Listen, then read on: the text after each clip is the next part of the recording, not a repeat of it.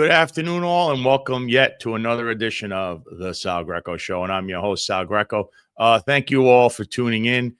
Please, if you can, if you're watching us on YouTube, please hit that like, share, subscribe button, hit the notification button as well. If you're watching on Rumble, please hit that like button, hit that Rumble button. And if you're watching us live right now, streaming on X all over the world, please hit that like button and also share this out to all your friends, neighbors, and those in the low information circles, because it seems that a lot of them in a low information circle these days.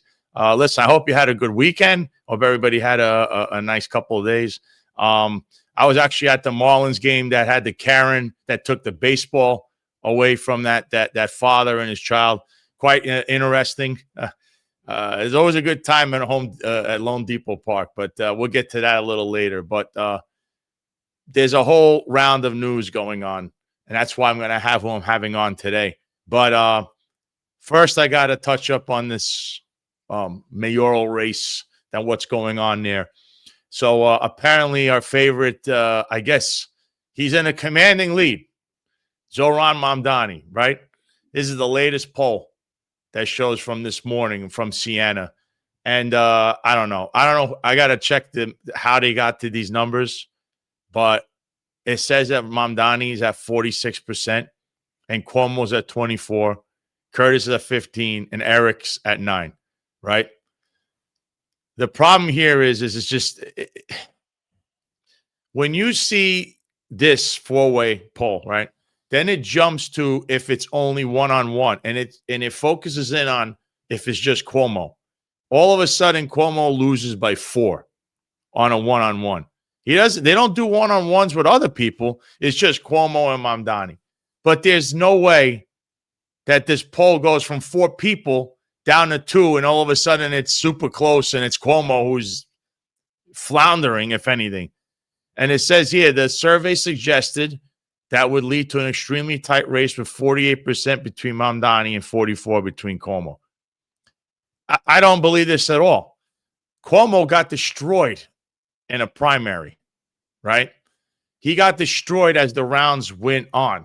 And even if they were against each other, he still, when it was one-on-one in the primary, and that's just Democrat voters, we're not talking about independents and Republicans, he still gets crushed.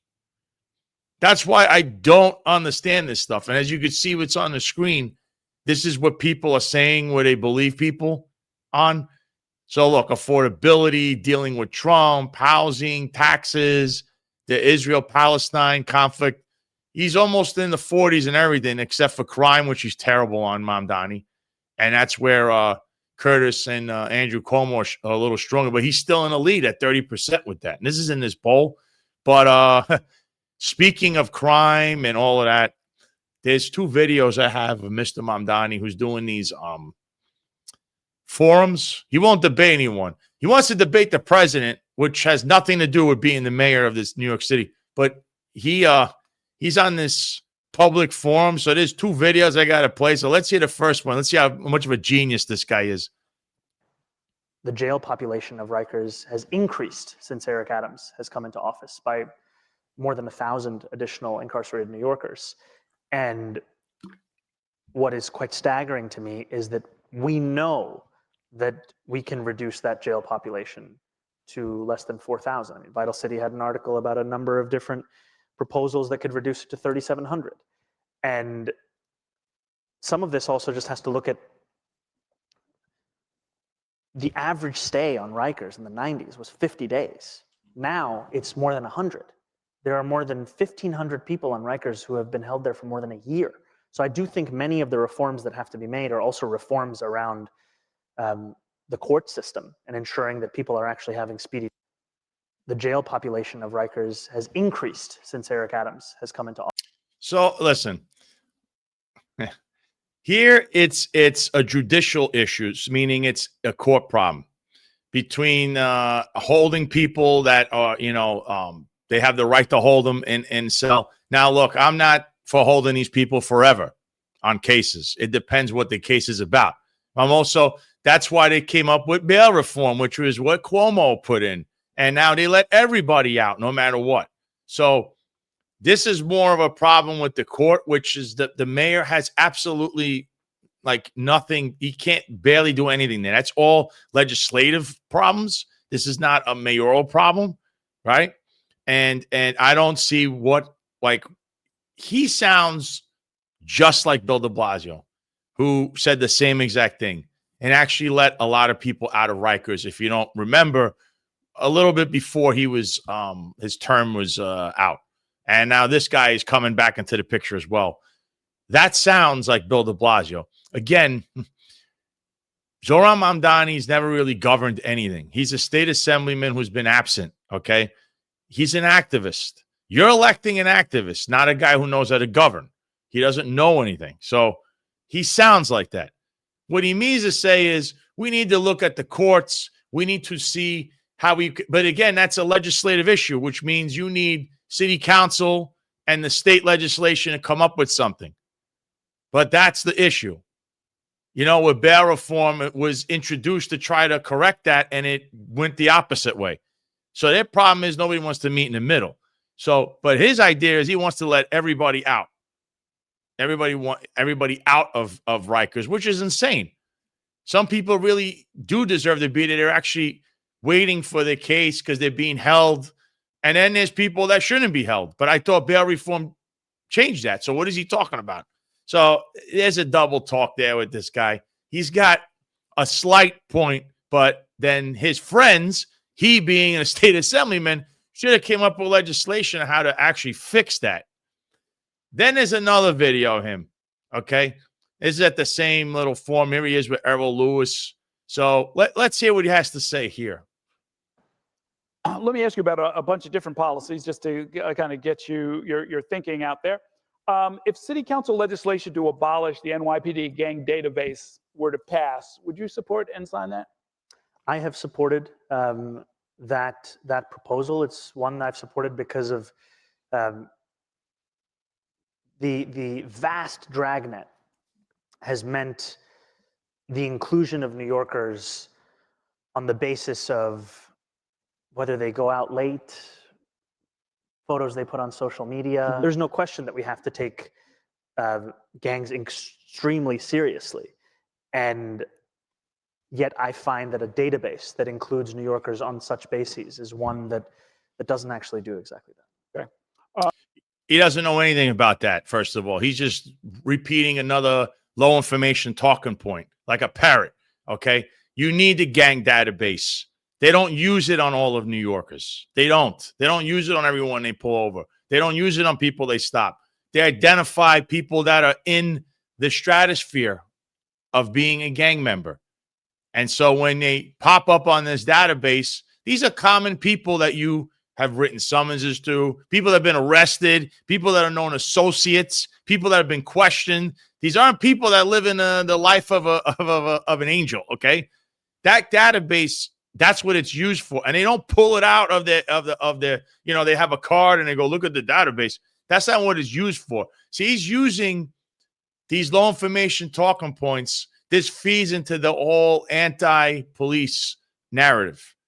I'm not into this narrative. I do want to fix the police department because there's a lot of problems there, and we're going to get to that in a little bit, but this is not the answer. Wiping out the gang database. He is repeating low information talking points, and the more you hear this guy talk publicly, you notice the damage of what, you know, this guy would be as mayor and how low information the guy really is. He's bankrolled by Qatar for crying out loud. So, you know, and you could tell here I have on the screen things about the gang database. You need the gang database. I'm sorry. They've had it in committees. Here it says, critics of the database argue it's overly discriminatory as 99% of people entered are black or Hispanic, according to a 2023 report from the City Department of Investigations Office of the Inspector General for the NYPD. Transparency is also a sticking point, as unless one is under the age of 18, they are not notified if they are added. This office, by the way, now only has 3 people employed, thanks to Eric Adams. Here's the problem with the database is used. It's not used in a bad way, and they don't manipulate. This is one of the things that I don't think the police department uses in a bad way, and it's needed. Lone Silencer says he hands down would be the worst mayor in New York City, would not even be close. I agree with that. You know why? Because he's not well versed on the issues. He's an activist. I can hear it in his rhetoric there. So again, you have to know what you're electing. And I know people, there's a lot of these low information people in New York City, and they flock to this guy. But you really don't know the issues. You don't research anything, and it's wrong. It's going to be wrong having this guy in there. You know? Yeah, Qatari state-funded cultural institutions have financed multiple stage and screen projects by Mira Nair, the Indian filmmaker and mother of Democratic mayoral candidate Zohran Mamdani. And Qatar now, I guess, has a conflict with Israel. Isn't that interesting? And I heard the New York City Police Department is now putting out or deploying officers to sensitive locations because of that strike. And isn't it interesting? And now Qatar is the ones funding Zohran Mamdani, and now we're in a conflict with Israel. Very interesting how that all played out. And then further into this mayoral race, let's play. I had a video of Eric Adams, and I mean, I know this guy. He had a press conference the other day. I'm not getting out of race, but listen to this guy. This guy's such a character, man. I don't blame you when you believe that this has been an administration of nothing but corruption. I don't blame you if you believe that I'm a puppet for Donald Trump. I don't blame you if you believe that we have done nothing for people of color, because the people who are supposed to tell you the story of what we have done just the opposite. Who lives in NYCHA? Black and brown people. Do you know we have, for the first time, NYCHA land trust because the federal government moved away from NYCHA, and we included NYCHA in our housing plan like no other administration has done before in the history. And I have walked the halls of NYCHA to deal with real issues that's in NYCHA. And when we did our summer youth jobs, we zeroed in on NYCHA residents and young people in particular. And do you know that crime in NYCHA has finally gone down in NYCHA residents under this administration? Foster care, 600 to 700 age out every year. You know what we've done? 600 to 700 that age out every year. Do you know we're paying their college tuition and they're no longer aging out at 18? They are getting life coaches until they're 21 years old, and we're giving them a stipend to move on. Who needs child care? Black and brown. Do you know we dropped the cost of child care from $220 a month to less than $20 a month? Who needs? Listen, again, when I speak about low information talking points, there's plenty of them. Who's he playing into? Low information people. Why? I gave you free this. I gave you free that. Who are you aiming for? People can't afford free. That means that someone's paying for. Who? Taxpayers. That's the people that are looking at him saying, you're corrupt. And by the way, he is corrupt. His whole administration's been corrupt. Now, look, this morning, Sid Rosenberg had the President Trump on, actually asked him this question. First of all, Trump said he doesn't know Curtis Lewa. That is as far, listen, I know Trump likes to play around and troll people, but that is far from the truth. He knows exactly who Curtis Lewa is. He mentioned that he's up, like he was critical of Trump, and he said some things not so nice about Trump. So did Eric Adams. So has Andrew Cuomo. So I don't know if he's using that as an excuse to not want to. He goes, oh, he's a Republican, he's running, and he kind of like pivoted away. That's fine, because I don't think Sliwa getting his support would help him, because New York City hates Donald Trump. Then we have, in fact, they mentioned it here. Even though they curse the crap out of each other, there's a mutual Queen's respect. Trump supporting talk radio show host Sid Rosenberg, who speaks regularly to Trump, said of his apparent reference to Cuomo. But he then talks about Eric Adams, Trump. And again, he brings up, I helped him out. You know, he was being targeted by Biden for talking about illegal immigration. Is Trump low information? Like, what is he talking about? He's back to saying that stuff. And he goes, well, he's really low in the polls. And, that was the guy that was going to get your casino done and your and change the name of the woman's ring. And it blew up in your face. So now you're stuck, right? Then he brings up Cuomo and says, oh, well, Cuomo Now, Cuomo's not tough on crime. He's another Eric Adams. He's probably the worst of everyone, the way he ran the state into the ground. And he's talking like, well, if two of them drop out just one-on-one, no, they still can't win. And he also mentioned that he knew this. So he knows that even if it's one-on-one, it still favors this guy, Mamdani, whether it's slightly, ever so slightly. So he had to, and he called him a communist, all this other stuff. But you could hear in his voice, he said, I didn't offer Eric Adams a job, like I said. He didn't talk to him about anything. He just said, I don't really know Eric. He's a nice guy. But you knew him well enough to get him off his case. Then you don't know Curtis Sleeper, but you pictured with him and you've been to a bunch of events. And who are you kidding? You know who Eric Curtis Sleeper is. I don't know if he's trolling or playing games, but I found that very interesting as far as the interview goes. Oh, no. Sid told him or asked him about Jessica Tisch. He goes, I like Jessica Tisch, but Jessica Tisch, she has this whole plot, whatever she's talking about with bringing crime down, which is a complete farce. And he goes, well, because, bringing a National Guard in, and doing all of that was just been thrown around. And he mentioned that. And he says, well, Jessica, Eric, these people are nice to my face. And then and then in public, they can't, they're against it.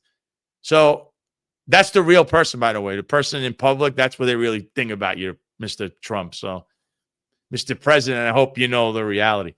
But before I get to that, just to show you what's going on now, we go into New York City because we referenced crime. As bad as it is all over the place, there was something that showed you that even in the 123 precinct in Staten Island, they had a problem with a domestic abuse case, right? There's a domestic abuse suspect charged with attacking an NYPD cop, released without bail over the DA's objection. This is where that stuff that we've been talking about falls flat on its face.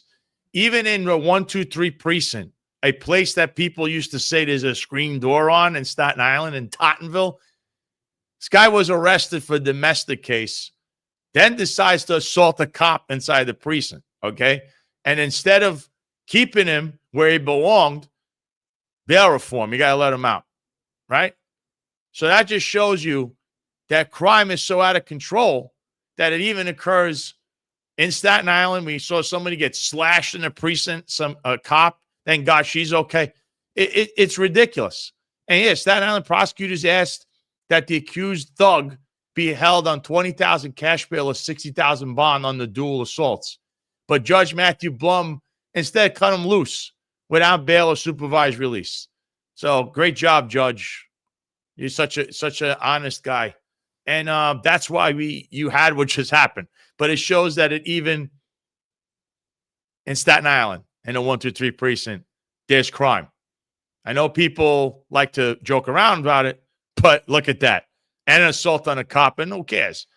They only care about it when the cop's going to, it's a funeral for a cop. When they're getting assaulted and beat up, who cares? That's part of the job. Or really, in reality, they like it inside. We want to see that. We want to see. That's why they don't want to tell you that. That's what a lot of these activist judges and all these other people that work in the city want.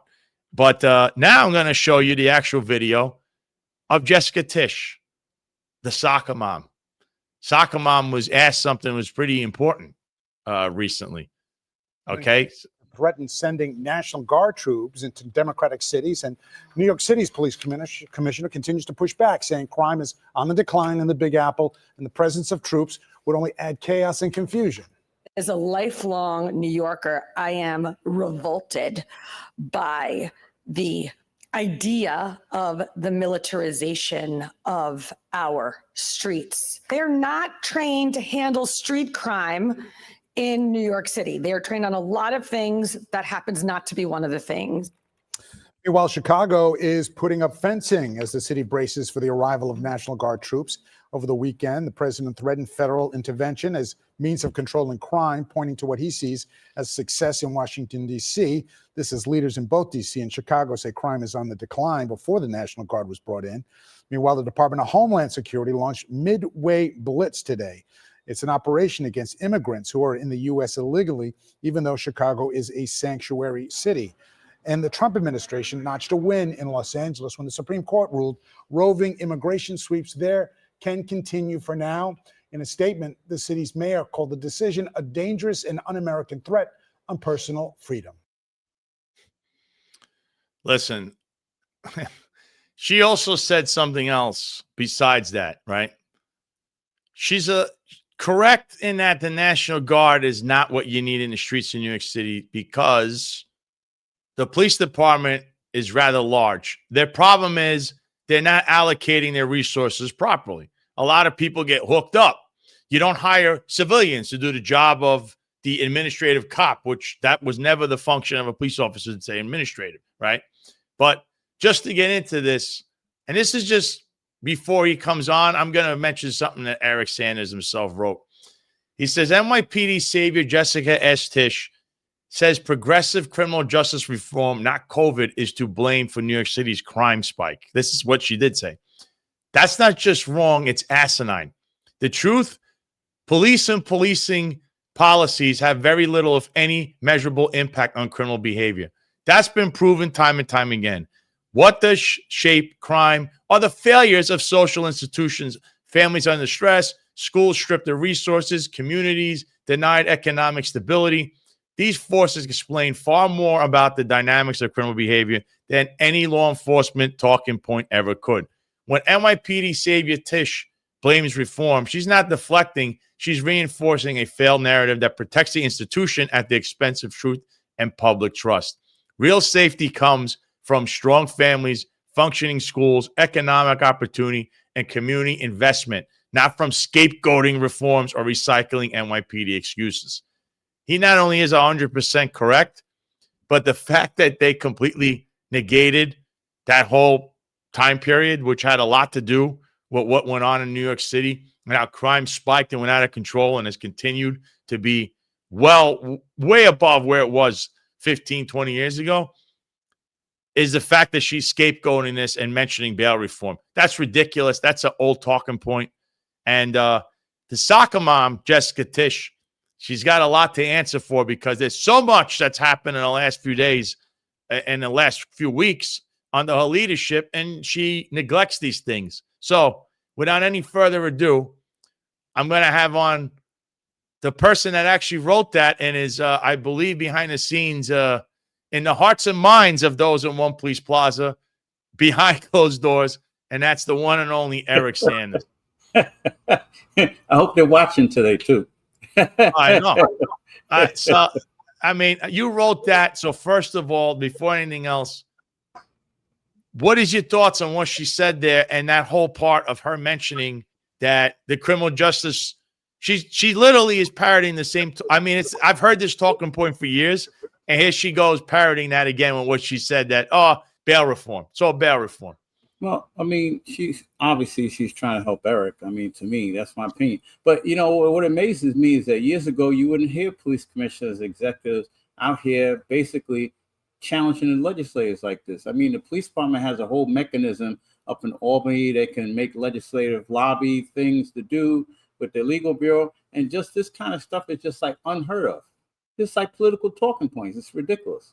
She knows damn well, if you look at the history of humanity, crime is not controlled by the police. The police are responsive units. They're not people that suppress crimes necessarily. And the only thing, even with Trump, you know, all they're doing is omnipresence. Anyone know anything about policing? It's omnipresence. That's all it is.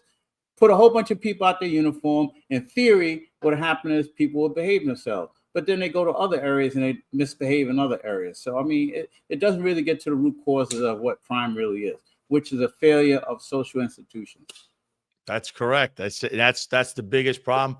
You know, I've been on other shows with different people talking about different areas. They mentioned Chicago being another one Chicago kind of mirrors New York City on a political landscape of how they handle the city, because Mayor Johnson, good friend of Eric Adams, they have the same philosophy in how they police the city and how they attack the crime problem, because there's no answers in Chicago. The answers are simple in New York if you allocated the resources correctly, but that's not what Eric does, and that's certainly not what Johnson's doing in Chicago. No, well, that's part of what the problem is, because the way you have resources allocated, there's so many police officers that are sitting in administrative jobs. And I actually wrote a blog about this, that if they would simply take them out of those positions, hire civilians, guess what? You have thousands more police officers. But then the question is, do you really need thousands of police officers, or is that just an inefficient use of resources? That's a whole nother philosophical discussion that no one wants to talk about. I'm one to say inside of a precinct, which is, let pick a precinct in New York City, right? Why does the admin lieutenant need 2 cops? Predominantly, we always hear 2 females to work in his office, right? Why do you need 2 assistants when you could just have a civilian? That's 2 people that's 1 car, by the way, for people who are not in the, that doesn't know the cop talk or the law enforcement speech here. But there's 2 cops per each vehicle, right? So 2 cops right there alone could be out in the street, and instead they were sitting in the lieutenant's office. Why? I don't know. The guy might be a creep. Who knows why does he have 2 females? But that's a common trend in the precinct. That's just one little area, right? That we could eliminate 2 positions, 2 extra cops in one area. I'm looking at the crawl and I see that this person, Hard X-Core, says there aren't civilians lined up to be hired. That is categorically false. There are always people looking to get hired by the police department. They don't get screened in because they're protecting jobs for the uniformed personnel. There are people out there that they had an opportunity to work for the police department, they most certainly would. It's a good paying job. They're good benefits, and believe me, they will work for the police department. It's just we don't want them, because you got to protect all of the cushy jobs for the meat eater crews. And if I keep saying meat eater and grass eaters and those people who haven't been around long enough, that's basically corruption culture. The meat eaters, the executive people with power, connections, they're the meat eaters. They get the best. And then the grass eaters is everyone else. Those are the people that have no real connections. Yeah. Marlon says, well, why does the department have all these useless stats that necessitate quantifying everything? And thus the crime analysis sergeant needs an army of stat counters.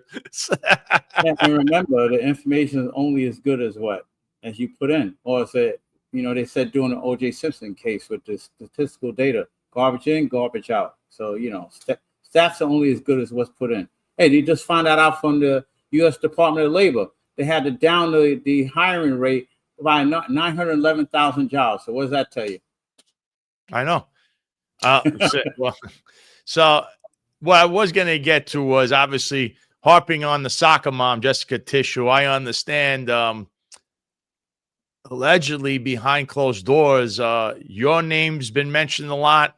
My name's being mentioned a lot. John and Eric's name's being mentioned a lot. Marlon's name. Yeah, I know they're watching this because the phone hasn't stopped. And they have a problem over there because they have complete and utter chaos in the ranks, meaning they don't know how to handle their own business, right? So the last show I had on with Michael Dowd, before Michael Dowd came on, which people got on me, I thought that was an excellent conversation between someone was involved in corruption, went to prison, has repented, and has his own opinions on the corruption and the way the police department is run today, because he's from a different era. So whether you like the guy or not, just to hear someone from this era, early 80s, talking about things that are happening today, and there's not much of a difference, it seems, other than they went from doing, he was a grass eater, though. He mentioned, though, the meat eaters and how they were always doing things back then. But he barely mentioned, he didn't really scratch the surface. Remember, when the Moore Boys was going on, I was a rookie then. I was maybe in my third year. About my third year, I was still in the 101 at the time. So he kind of sanitized a lot of different things. But you always want to listen to people because you learn things. And the bottom line is, we don't want to talk to them with the job, like they're a bunch of culture people that drink Kool-Aid or something. The bottom line is, you want to learn something about the downfall, listen to people who had a downfall, because he didn't scratch the surface on the stuff that really happened. He didn't talk about how internal affairs was so bad. The crime problem in the police department was so bad that they were snatching cops off the street in uniform in their cars, off the corners, taking them to warehouses, beating them up, all kinds of shit. So people, they think this is bad. Oh no, during the crack era, it was different, a lot different. So he sanitized a lot. So they made some inroads with some of the stuff, but then there's a lot of things they took care of behind the scenes. Believe me. Yeah, It's a different world then. Trust me. And he did mention the sergeant Trimboli, who was Trimboli, who went after him, and yeah. then the job itself, though, in a crazy twist, came after Sergeant Trimboli for doing exactly what he was doing, because he was about to he was on his way to go up the ladder, because these are all the grass eaters. He was going after the meat eaters, and then boom, they lowered the boom on him, and that was essentially how he ended his career. Remember, Trimboli, when he was doing the Dowd investigation, they wanted to kill the investigation. That's when they had the old FIU. He wasn't even in internal affairs. He was in Brooklyn FIU, they called back then, which would be investigations now. And he went after him because he kept seeing a pattern of these misconduct allegations against him. And he talked about it. He went up to the World Trade Center, the old World Trade Center, and he went into a darkened room with a tip about these guys, the morgue boys. And they basically threatened him and said, look, you better stop this investigation or we're going to go after you and your family.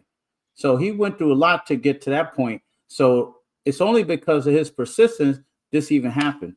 Yep. And, there's some people say, oh, this one's the most corrupt and that one's not the most corrupt. We all know, unless you walk around rose-colored glasses, there's corruption in the police department. There's no doubt about it. I write about this. But if he's trying to profit from it, which is a comment I'm going to make a comment about, so what?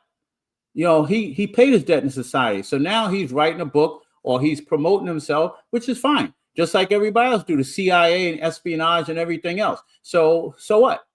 There's people in the police department that use stories to their advantage of things that happened to them. Like, I think I was critical of this police officer writing a book about her time in Gracie Mansion. So what the fuck kind of shit is that? Remember about what's the name? De Blasio and his family. Those things you're supposed to be keeping secret. She's trying to profit off of that. Come on. So he's no different than a lot of other people.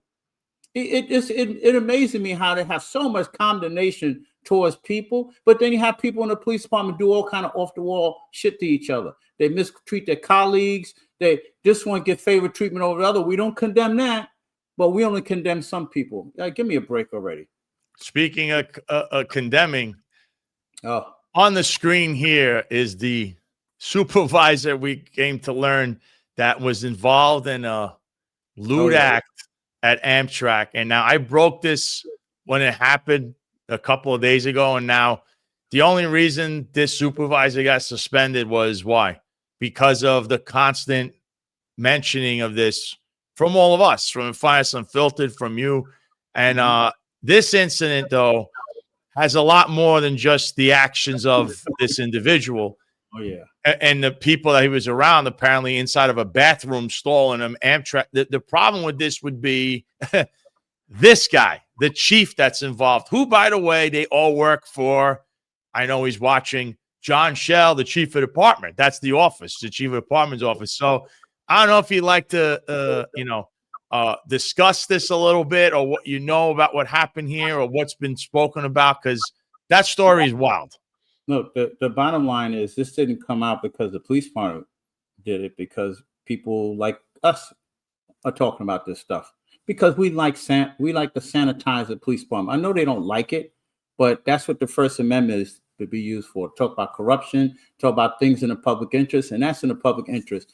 It is incomprehensible how you can have a person who's supposed to be upholding the law go into the bathroom, engage in lewd acts. As a matter of fact, the same bathroom that people in the public complain about, the police catch him on the body cam.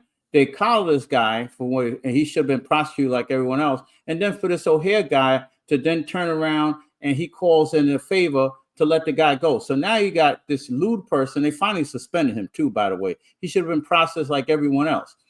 And the Amtrak guys, how are they even letting this person go? You don't do no favors like that, because he is a person that's in law enforcement that slipped through the cracks. I wonder who did his psychological evaluation, who did his background investigation, Who's done this internal affairs investigation? That's why when they talk about these complaints and all these different things, they throw Inspector Terrell Anderson under the bus. It's all bullshit. This stuff has been going on for years. This guy should be arrested and charged and prosecuted like everyone else. Matter of fact, he should be out of the police department because he's another pervert. Get rid of him.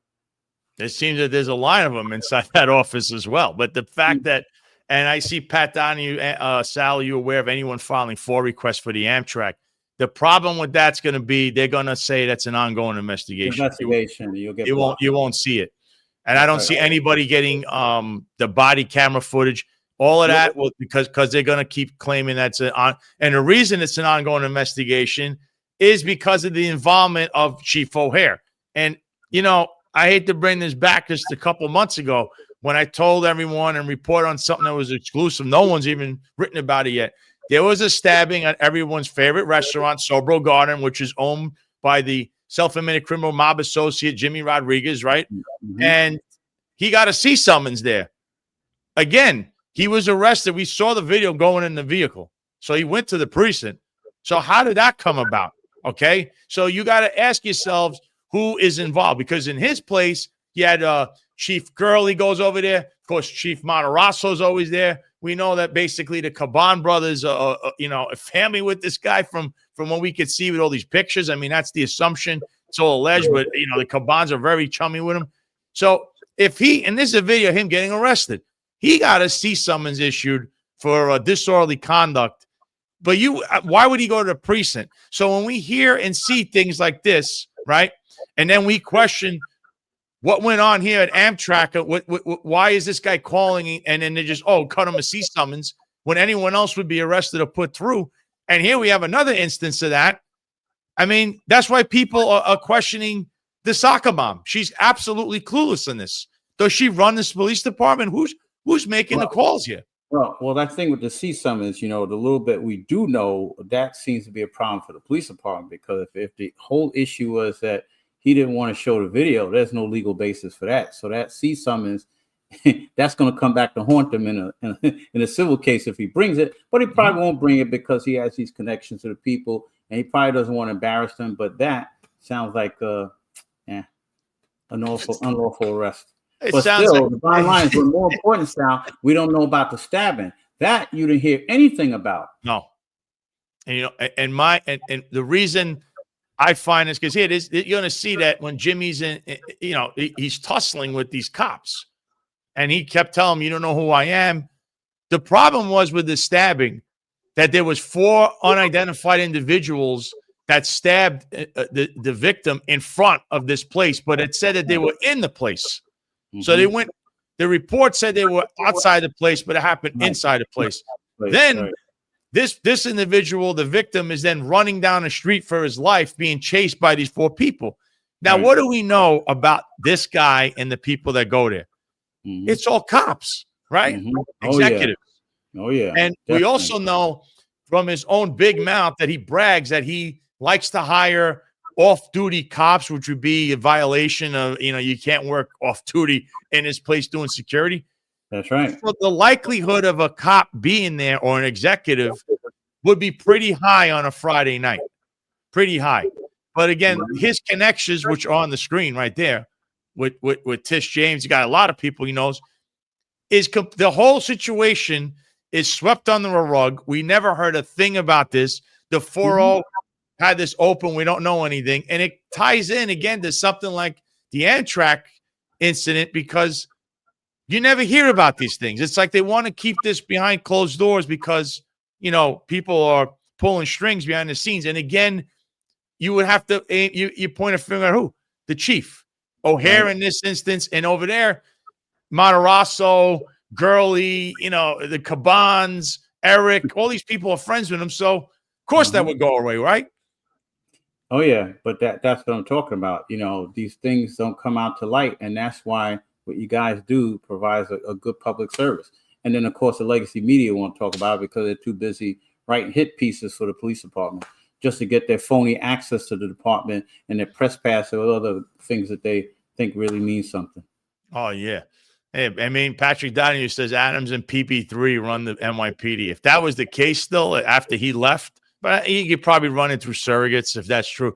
It's long tradition NYPD to turn a blind eye to criminal events at favored watering holes and eating establishments. That's from Pat Donahue. That's true. And every command has them.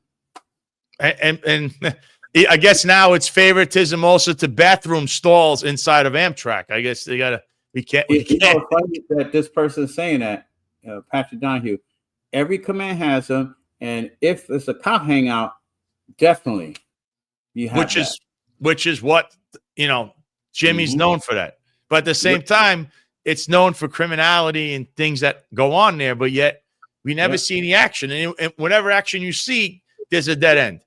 So why is he being treated? I mean, over the weekend, who did we see? We see Eric Adams go hang out with Fernando Mateo at Zona de Cuba, which had its own incident where 2 cops were charged with rape. Okay, 2 off-duty cops were raped someone out of there. That place stayed open all the way till now. All of a sudden, it's closing down. Right, that's what I was going to say. They're closing down now. The question is why? Why they're closing down? That's another friend of Jimmy's there, Fernando Mateo. But has his place, has its own issues. It remained open. That's an incident that State Liquor Authority would definitely strike against you and say, hey, you had a rape occur from your place from 2 off-duty cops, and yet silence from the police department. You don't even hear about that anymore. But that little incident happened at Zona de Cuba, and that's where Eric Adams was to commemorate its closing now, I guess. This guy's just enamored with this. He had a Tito and a Shorty. A Tito and a Shorty. It's just, that's unbelievable. So then there's 2 things that you put out that I want to get into, because all of this, by the way, remember, Jessica Tisch is the police commissioner. What is she doing about this? Who knows? Because we don't see anything, but she's out there in the public saying, oh, there's a crime spike due to bail reform. Before it was crime was down. Now there's a spike because of bail reform. So this is something you put up. You said, why is probationary police officer Amber E. Bukawiki, her name is, tax registry number 979745, shield number 10622, still sitting in the recruit training school? Everyone knows she should have been gone, yet instead of accountability, there's a cloud of favorable treatment hanging over her, all because of her mother, Sergeant Erica E. Bukawiki, tax registry number 955772, shield number 4090. If that's the case, it's not just nepotism, it's a breach of trust that spits in the face of every other member of the service, doesn't get that protection. The NYPD can't preach discipline and integrity while quietly bending the rules for insiders. The rank and file deserve better. The public deserves better. So, Commissioner Tisch, what do you have to say for that? So, what is that story? What is that about, Eric? Because that is another scandal that is being covered up. I know about a lot of things. A lot of things that go on in the police department. They're still trying to figure out how, but I think they keep forgetting. I'm part of the same culture. So I can talk to lots of people all over the place. So the bottom line is, sometimes when I put things out in the public, I'll say things like, we know. What I'm really doing is communicating to them, saying, I know why that person is, duty status is what it is. Instead of you get rid of the person because they're not suitable for police work, you let them hang around and hopefully they can eventually make it out to the field. How is that fair to the other recruits? How is that fair to the taxpayers just paying someone who shouldn't be a police officer? How is that fair to the colleagues that when they put them in the commands, you don't know the backgrounds of these people, what they do? It's not fair. And it's a public safety problem. So all I'm doing is bring it to their attention. And I could always use them as comparators in my cases. I mean, come on. They think I'm just doing this just to do it. I'm doing it for a couple of different reasons why. And the bottom line is she should be gone. And there's probably another, 40, 50, 60, I forgot what it is. I was told a number of people that are being held over in the academy right now because of the run. That's another issue, right? Under the uniform guidelines they're not following. Remember, the run was knocked out and then they brought the run back. Well, the problem is under the municipal police training standard, they did a study back in 2002 that says this 1.5 mile run is not even job related. And now they got people in there sitting that couldn't make the run. Oh, surprise, police department. I know about that now too. So now I just told you on the air. Okay. So that is a potential 50, 60, 70, whatever the number is. I forgot because I was busy yesterday. Dozens of lawsuits right there. They all have. Because you're not following uniform guidelines. I don't know what kind of legal advice they're getting, but whoever people are giving them legal advice, they need to get rid of them because they're giving them no legal advice. Or they need to take this on themselves because the bottom line is, for all I know, the lawyers are telling them this is what covers it, and they ignored it anyway. So, yeah, her daughter, that may be her daughter, and I'm sympathetic to your daughter. That has nothing to do with the public safety and your colleagues and whether or not a person is suitable for police employment. Zero. That's the problem with the police department. Have too many people who don't belong there in the first place, and she's another one. That's crazy. Rob Lukesh says, shout out to Rob, by the way, co-host Executive Perspective, says the NYPD waits things out unless people like Sal and Eric Sanders say these things would be swept under the rug. I listen, this thing nobody's even discussing what we just heard just now. These people held over on the runs and they're violating their own. I really don't know who is giving them legal advice because they clearly have issues that they just keep violating. But again, what do you? Wait a minute, Sal. What about this one? So you know how they have the 31 holdovers, right? Well, I still don't even understand the legal idea behind that. But you think they're doing police work? So let's see. It costs what, about an average about $150,000 to $200,000 to train a person in the police academy. Taxpayer money, by the way. So you take them, train them. You then go around and say, hey, they didn't commit fraud, but you know what? We don't like the idea that the last administration made these changes. So therefore, we're going to try to unravel all this stuff. Meanwhile, besides that legal problem, you create more of a legal problem because what do they have them doing? The worst thing you can have them doing, cleaning things. Let's see. Black people and Spanish people cleaning things like they're slaves. How is that going to look to a court? These are trained people. Oh, and they're not even in an office somewhere. They're in a closet with no windows. You tell me. They're janitors? Are they janitors? But this is what brings these problems because it's asinine shit these people do all the time. It's just stupid. Yeah. I'm waiting for the pictures and videos, by the way, so you'll know. Yeah, I already know about what you're doing to your people. I mean, it's just crazy. And the thing is, the reason that Eric even says black and Spanish people, just so you know, when this gets to a jury, that's how it's going to look and how it's going to be discussed. Because, yeah, it could be anybody, right? But that when you go down they like to use, it's the police department's own rhetoric. They like to use gender and race and everything now. So the gender and race of these officers matters because it looks like, hey, why is this set doing these stupid tasks that they shouldn't be doing instead of just hiring a regular janitor to do it, which is what the police department, I've seen it, custodians. The NYPD has custodians. Didn't someone say civilians don't want the job? I guarantee you there's people that work for the DOE and all these other places and people are doing these laborer type jobs. They would love to work for the city of New York and make $40,000, $50,000, $60,000 and have benefits and to clean and do the things they're hired to do. Not someone you pay $200,000 worth of taxpayer money to learn how to police. They went to the police academy to say, hey, go wipe the floor down over there. That's wipe the floors and then put them in a closet. Which is another, that's crazy. They put them in a closet. It's ridiculous, man. And Patrick Donahue said the indiscriminate stop time. It already. Stop it. I ran a mile and a half in a little bit over 7 minutes. Guess what? There's not one time in my career I ran 1.5 fucking miles. Most of these is going to be in the city of New York, going to be short spurts. Unless you have working projects and you work upstairs, that's not a mile and a half. So stop it already. You don't have to be a distance runner to be a police officer. You got to be in shape, though. If that's the case, they shouldn't have all these chubby, fat cops. No. Forget about a mile and a half. They can't even wrestle anybody. They're going to be out of breath. They don't need to run a mile and a half. What they need to do is have energy to focus, stop scrolling on their goddamn phones. That's what they need to do. So stop it already with the mile and a half. It don't mean shit. Yeah, Pat and you being an expert in shooting don't mean shit because you're going to fire your weapon maybe one time your whole career, if once. So you see what I'm talking about, the thinking we have here?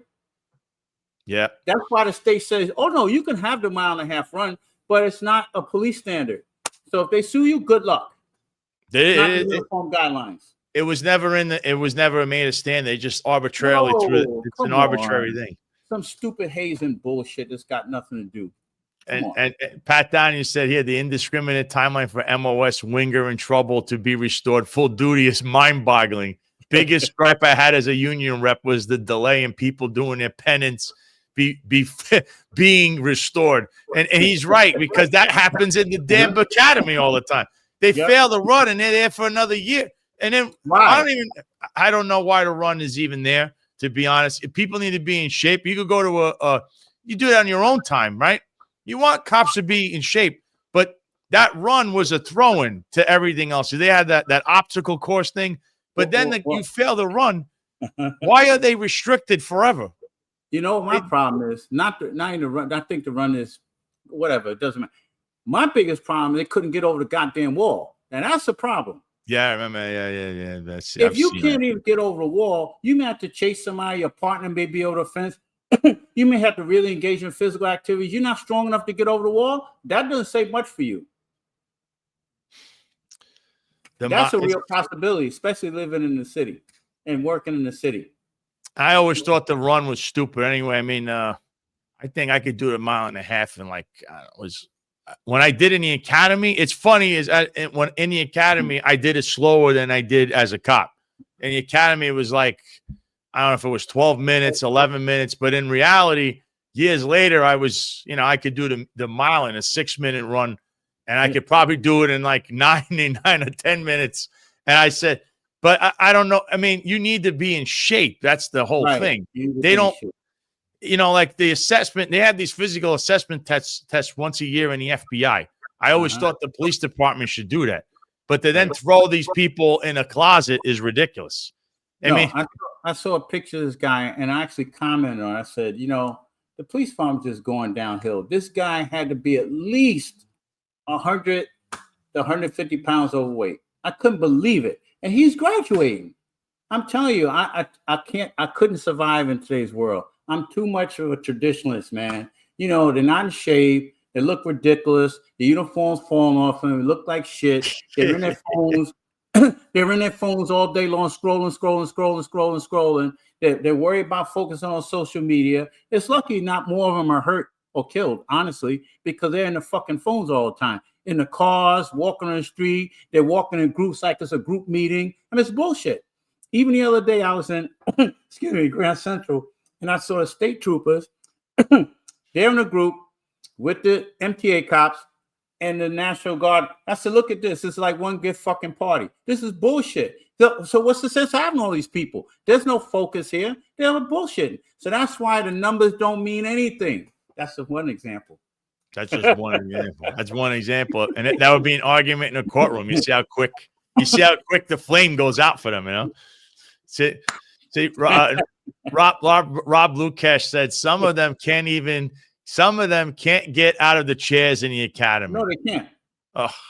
We're talking about this in a different way, but the most horrifying thing to experience is to hear a cop chasing someone, and then all of a sudden another police officer on the radio asking for 85 forthwith because the cop is going into cardiac arrest.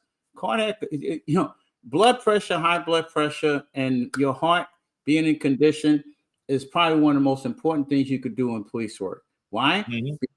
You're getting up, you're going fast, and you're slowing down, and then all of a sudden, bam, you're in you're asked to respond to things in like immediate. And then you may have a lull where nothing happens for a long time, and then you're called to act like right away. And I remember when the academy, they show how the blood pressure goes up and down, and then all the way through the roof. And the most important thing you could do is keep yourself in shape for you and your partner and for your public safety, your family. Because if you don't, you go out here, you can have real world consequences. To hear someone screaming on the radio because their partner's having a damn heart attack. It's real. Pat Donahue says, instead of focusing on being in shape in the academy, the department needs to institute career-long physical fitness assessments. Oh, that used to, in the 60s, that used to be a thing. It was in a patrol guide. You used to have yearly physical examinations. They took all of that out. But why? Why would they? That's something that's important to be out there. They would give an incentive to people. You know, I used to say this every day as in a police, and that's why I ran into conflict with certain people that may or may not be, they're favoring watering hole with John Shell. You have to stay in shape. That if you're going to go drink your life away, of course you're going to have health problems, and you're going to grow in stature, and you're going to go from a waist of a 34 to about a 40 within a few months. And you can't lose that weight, by the way. It's stubborn weight. And I know people have issues, and they want to calm down because the 8-hour shift might be a little too much for them. But then I would just go to the gym. Why would you go to the watering hole? And it's constant. And there's a lot of guys like that. And that's how I've seen people balloon. They have heart problems because they're drinking their life away. There should be an incentive to stay in shape. The incentive should be you, because after all, it's your life. It's your life you're protecting, right? Exactly. And now you have people that work in longer shifts, and even something's more concerning is that you have less personnel out in the field.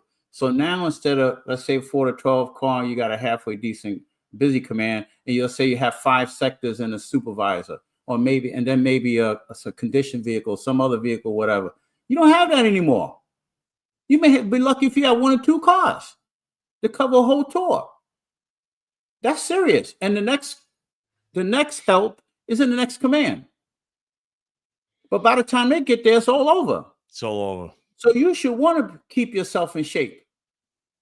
Because when these perps decide they're going to take you, I told you, I think I said this on the show before. I used to really read all this stuff for the National Institute of Justice. I used to really get into all this stuff when I was still on a job. And they interview all these prisoners that killed cops or assaulted cops. And they asked them, what was the thing that made you attack that police officer? You know what they said? I thought I could take the cop.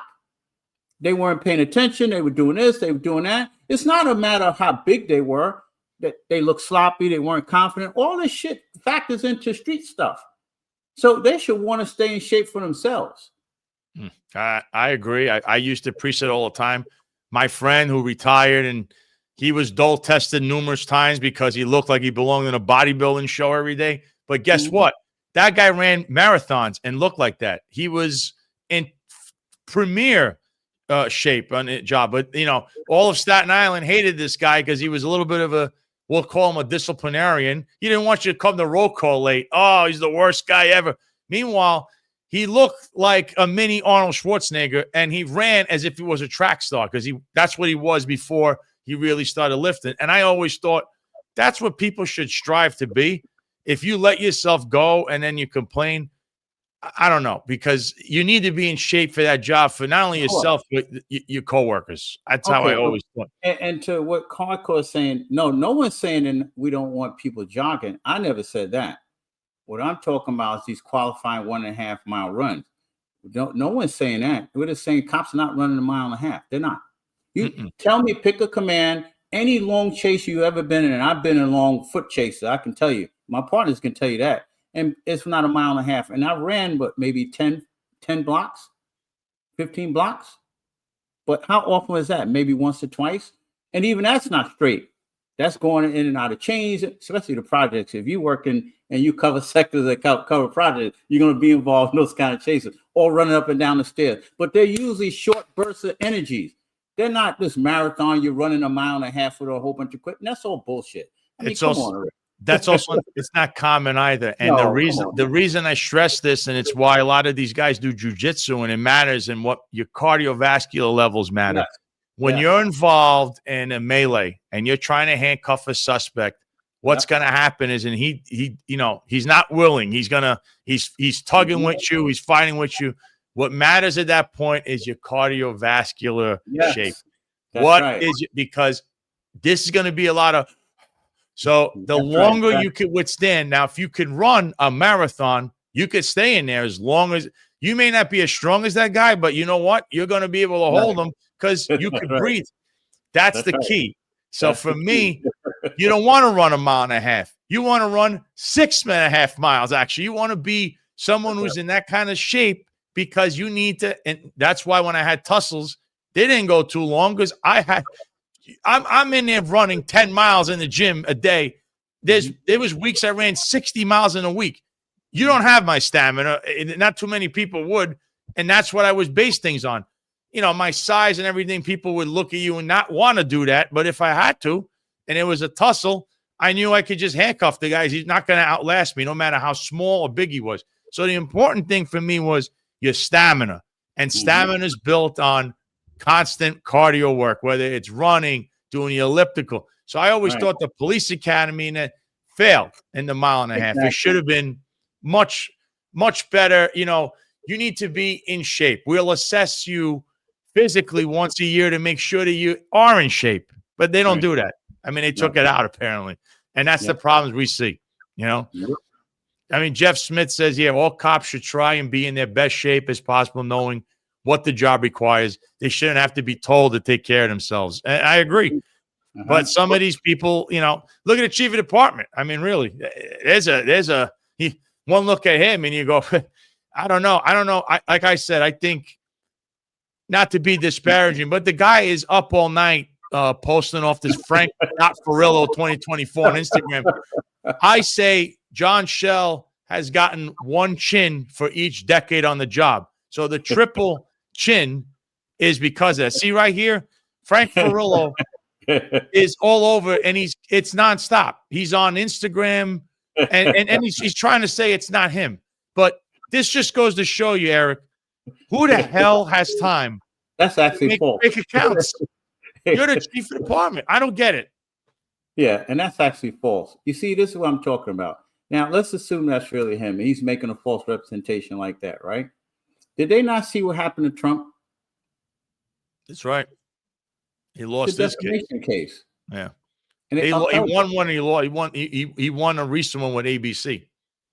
Yeah, but he lost that defamation case. He did lose the one with Jean Carroll, though. Yes. And I'm surprised they upheld that amount of the verdict, but I have to read it to see why they did it. But that was patently false. So whoever that is saying that, you were not terminated for that.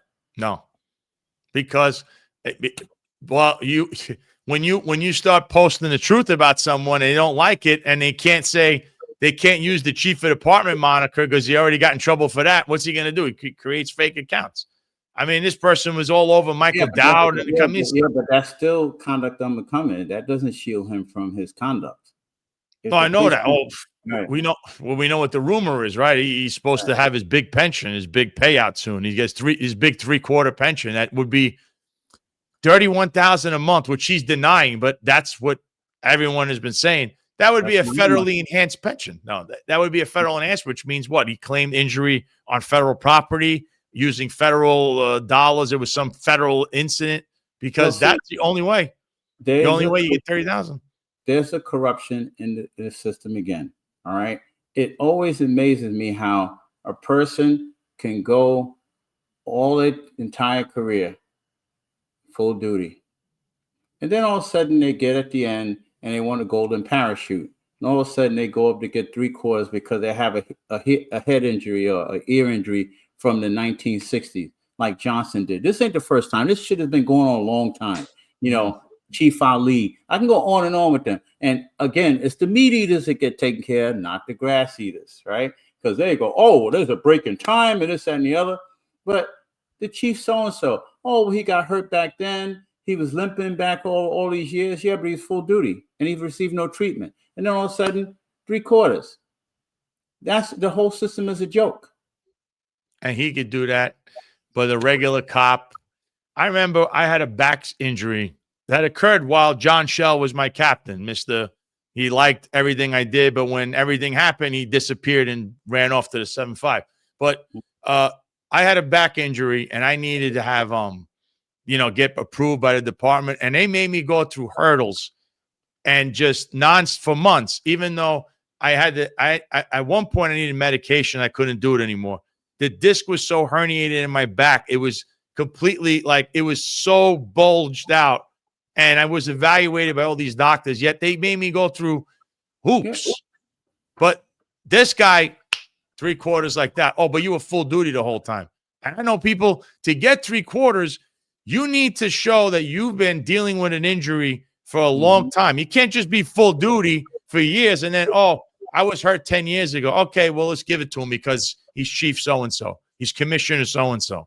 I have a client that this happened to. She's a transit cop. It's Nancy Farrell, and she got hurt and doing an arrest, a legitimate arrest, and she struck both her knees on a platform, the train platform. Can you imagine that happening?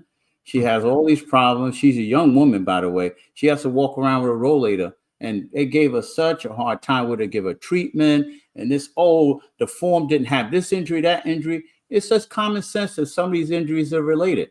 So if the cop doesn't write it the right way, for the grass eaters, of course, not the medias, though, they can write it any old kind of way, then you hold it against them. If police officers aren't lawyers, they're writing it the best way they think they could write it. And then, God forbid, if you have a supervisor that don't put the thing in right, they put their own personal opinion. I don't know why they have a spot for them to put their own personal opinion. Like, oh, we think this is an injury. That's it. No, they shouldn't be making any evaluation. They're not doctors. What the hell are they? They're the supervisors, but they allow them to make an opinion. And then before you know it, half the time cops get hurt and they don't apply for the benefits they're entitled to. I mean, I still have a bite mark on my, every time I look at my thigh, I go, I remember that guy bit me.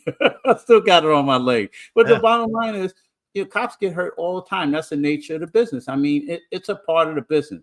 But it's unfair when you have people who have been full duty for years, and all of a sudden they want to cash out with the benefits of a golden parachute of, oh, I get 3/4 and I'm hurt years later. And unfortunately, it happens with the executive staff more than the rank staff. Mm-hmm. And Rob Lucas said, yeah, Jaffe and Patel worked with here stints, and then when they retired, suddenly got a disability pension. Yeah.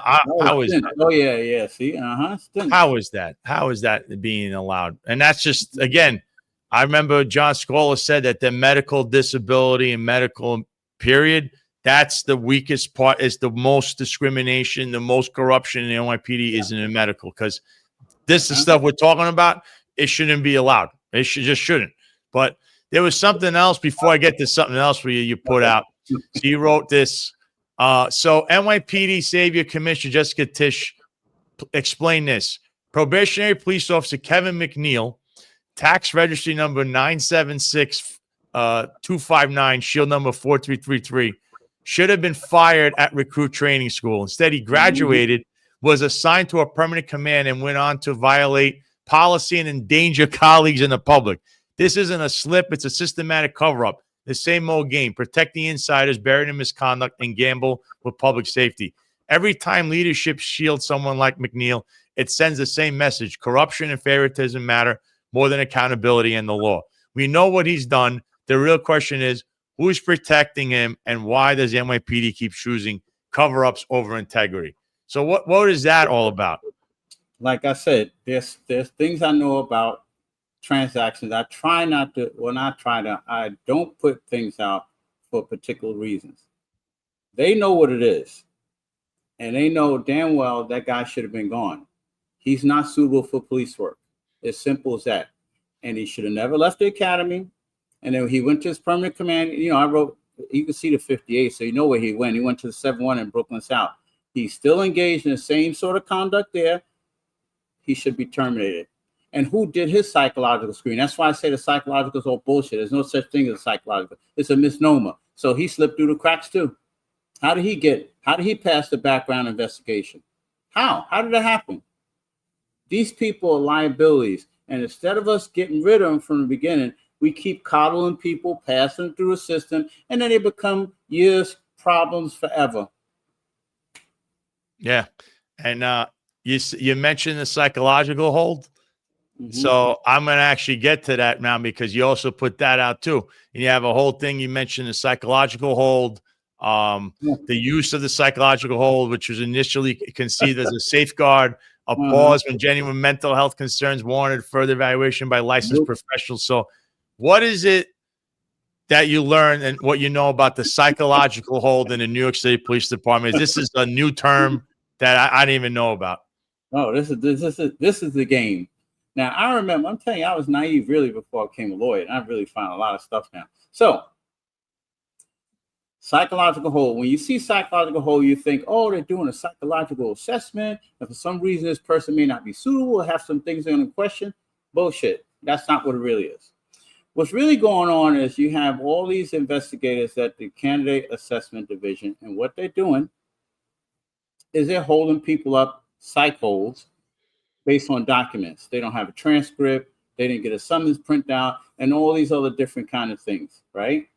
Administrative, not holds administratively, psychological hold. So how do they play this game? So let's say an investigator has 30 cases, for example. So of course, you know, if you investigate, and anyone knows this to investigate cases, part of the assessment of your work performance is how many cases that you move along and how many are closed and how many are ready and how many certified closed, whatever. The bottom line is to get them off of their workload queue, they then make psychological holds.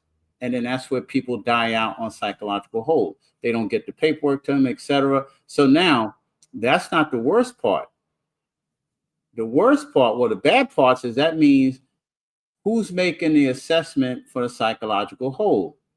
Is it the investigator at the candidate assessment? Because guess what that would be?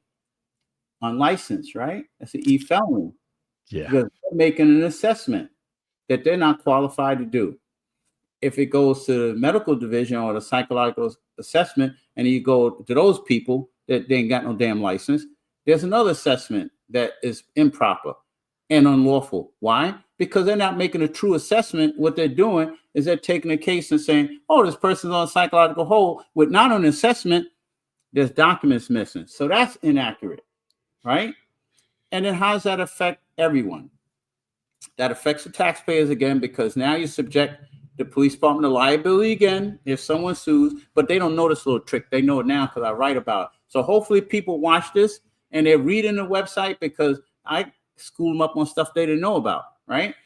But then when they go to, because most people, when they go for these law enforcement jobs, they're going for multiple agencies, the state police, Port Authority, Nassau, Suffolk, or whatever.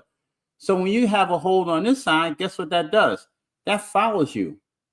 So every agency you had to put out is on psychological hold. So 9 times out of 10, guess what's going to happen with your application to those other agencies? Denied. Denied. That's the psychological hold. And I verified this because I spoke to a person who has intimate knowledge of the whole system. Oh, and it's not who you think it is, by the way. I know people from all over. I keep telling you. You don't know because I don't talk about what I know and who I know. But it's not the people you think it is. So this psychological hold is they're still using. They're doing this right now as we speak to candidates and regular cops. Yep. No, just applicants. So just the applicants, they put psychological hold. So again, this is another arbitrary. I mean, because they're not licensed. So it's like something. Either this is done because these people are unlicensed on their own, or they're there because they're getting favored that they even hired. Because it can't be that 55 out of the 74 are unlicensed. So more than likely, you spinning the wheel that's going to go, oh, we'll tag the unlicensed guys got you, and then they're going to put this hold on you. And since you mentioned that, you know, I did an interview yesterday, of course, with the guys over at Cop Talk and WABC, and I'm assuming it's going to come out Thursday. Wow. September 11th. Wow. I was talking to Ed Mammoth for a little while. He talked about how he worked at the education department, and we talked about this exemption thing. He says, there's no such thing as exemption. And I was there in the 80s. I said, I know that. I did the whole legislative history. There was never any exemption for the NYPD. So imagine the damage that's caused by applicants who are subject to this arbitrary system of we make up things as we go along. And it's funny because you have someone talk about, well, these New York City rules and regs under the now known as the Professional Policing Standards Act of 2021, they're known as exemptions there either. It clearly says you have to have a licensed psychiatrist or psychologist. That's what it says. It's not my law. It's their law. It's their law. And they don't follow it. It was designed to make a uniform practice throughout not the United States, but throughout all the New York state agencies, because there's about, let's say about 700 law enforcement agencies, whether corrections, sheriffs, police, you know, they all have very similar standards. They want to make a uniform because what was happening is that you get hired by the NYPD, you get fired here, and then you go to, let's say, the Orange County Sheriff's Department, and then they don't know what the NYPD does. They have a different hiring standard, and then they get hired anyway.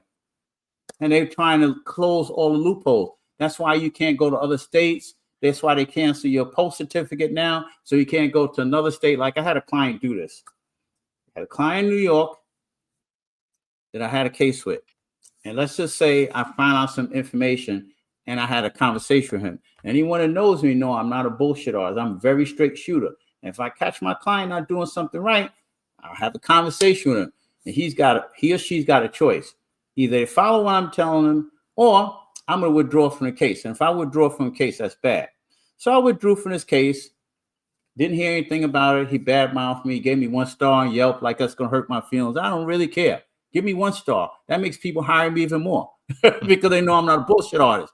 So anyway, this person goes to the state of Indiana, becomes a police officer there. And I mean, I don't even have to say his name. You could Google it. You can find out who it is.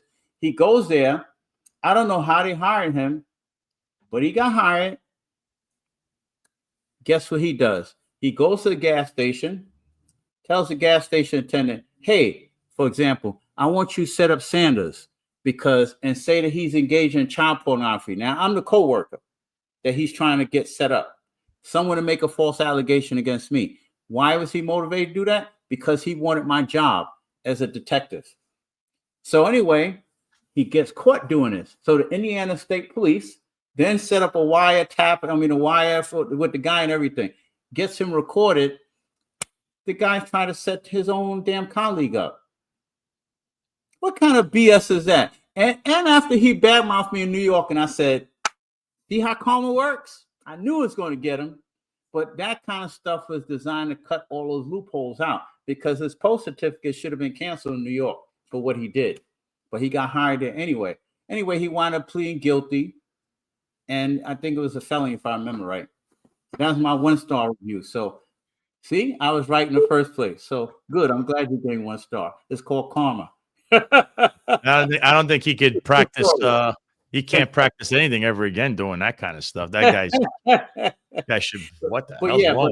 But the Professional Standards Act is designed to close loopholes in New York. But more importantly, it's designed so you can't go to other states and then get hired because the other state doesn't have a network to now have a connection to NYPD, and they do less stringent checks. So all this stuff is starting to become uniform throughout the United States. So that stuff is coming to an end. And yeah, I got contract makes the law says, I always say the attorneys at Corporation Counsel are the problem. They delay to the detriment of everyone worse than any other city agency. I can attest to that personally. It's complex. It's complex. But they have a high turnover rate. Now this psychological hold, though, what is the soccer mom doing about this? Because this is clearly now all over the radar, and I don't hear anything. They didn't have an answer to any of this stuff. They don't have an answer to any because they ain't following the damn law. They know I'm right. They'll never come out and say it. Hey, you listen, Jessica Tish, and well, I shouldn't call the court Jessica. All right, that was my little political rhetoric. So I'm going to be nice as a lawyer. You guys know how to reach me. Eric, they know how to reach me. They all know how to reach me. Tim Pierce, they all know how to reach me. Just reach me. I don't bite you, but you're not going to give me a stroke job. You're not going to do that. You want to fix all these problems because you got serious legal problems. You're violating all these people's rights. And there's only one way to deal with this. Like even a hair test, it's the same thing. Right now, I think I kind of alluded to it. And then like one person actually retweeted, so kind of cat is out of the bag a little bit. I have these 2 major universities who are helping me to look at this whole hair testing thing on a whole nother level I never thought about. They're talking about medical malpractice and the kit and everything else. So guess what, NYC? I told you before to deal with this hair test problem like Boston, and I got, it's a different jurisdiction. It doesn't apply to us like it's a different freaking test. It's the same goddamn test. Oh, cocaine versus marijuana is different. If you can't measure one, you can't measure the other. Cocaine is more stable than marijuana. So if you can't measure that, you can't measure marijuana. So the bottom line is, I've spoken to a few doctors. There's a couple of doctors and lawyers working on this. And they said, well, this is interesting, Mr. Sanders. We took a look at this, and we like the argument you're making about it not being verified. But then there's this whole medical malpractice aspect that you may not have thought about. I said, I didn't, because all I'm thinking about whether it's valid or not. They're talking about the fact that it's in the stream of commerce in and of itself violates the law. because it's not being used as designed, and that is foreseeable. That brings me back to my tort days back in law school. I said, oh, yeah, negligence. Woo! Psych medics getting ready to get it's a hurt. No, A I big want to hurt. get.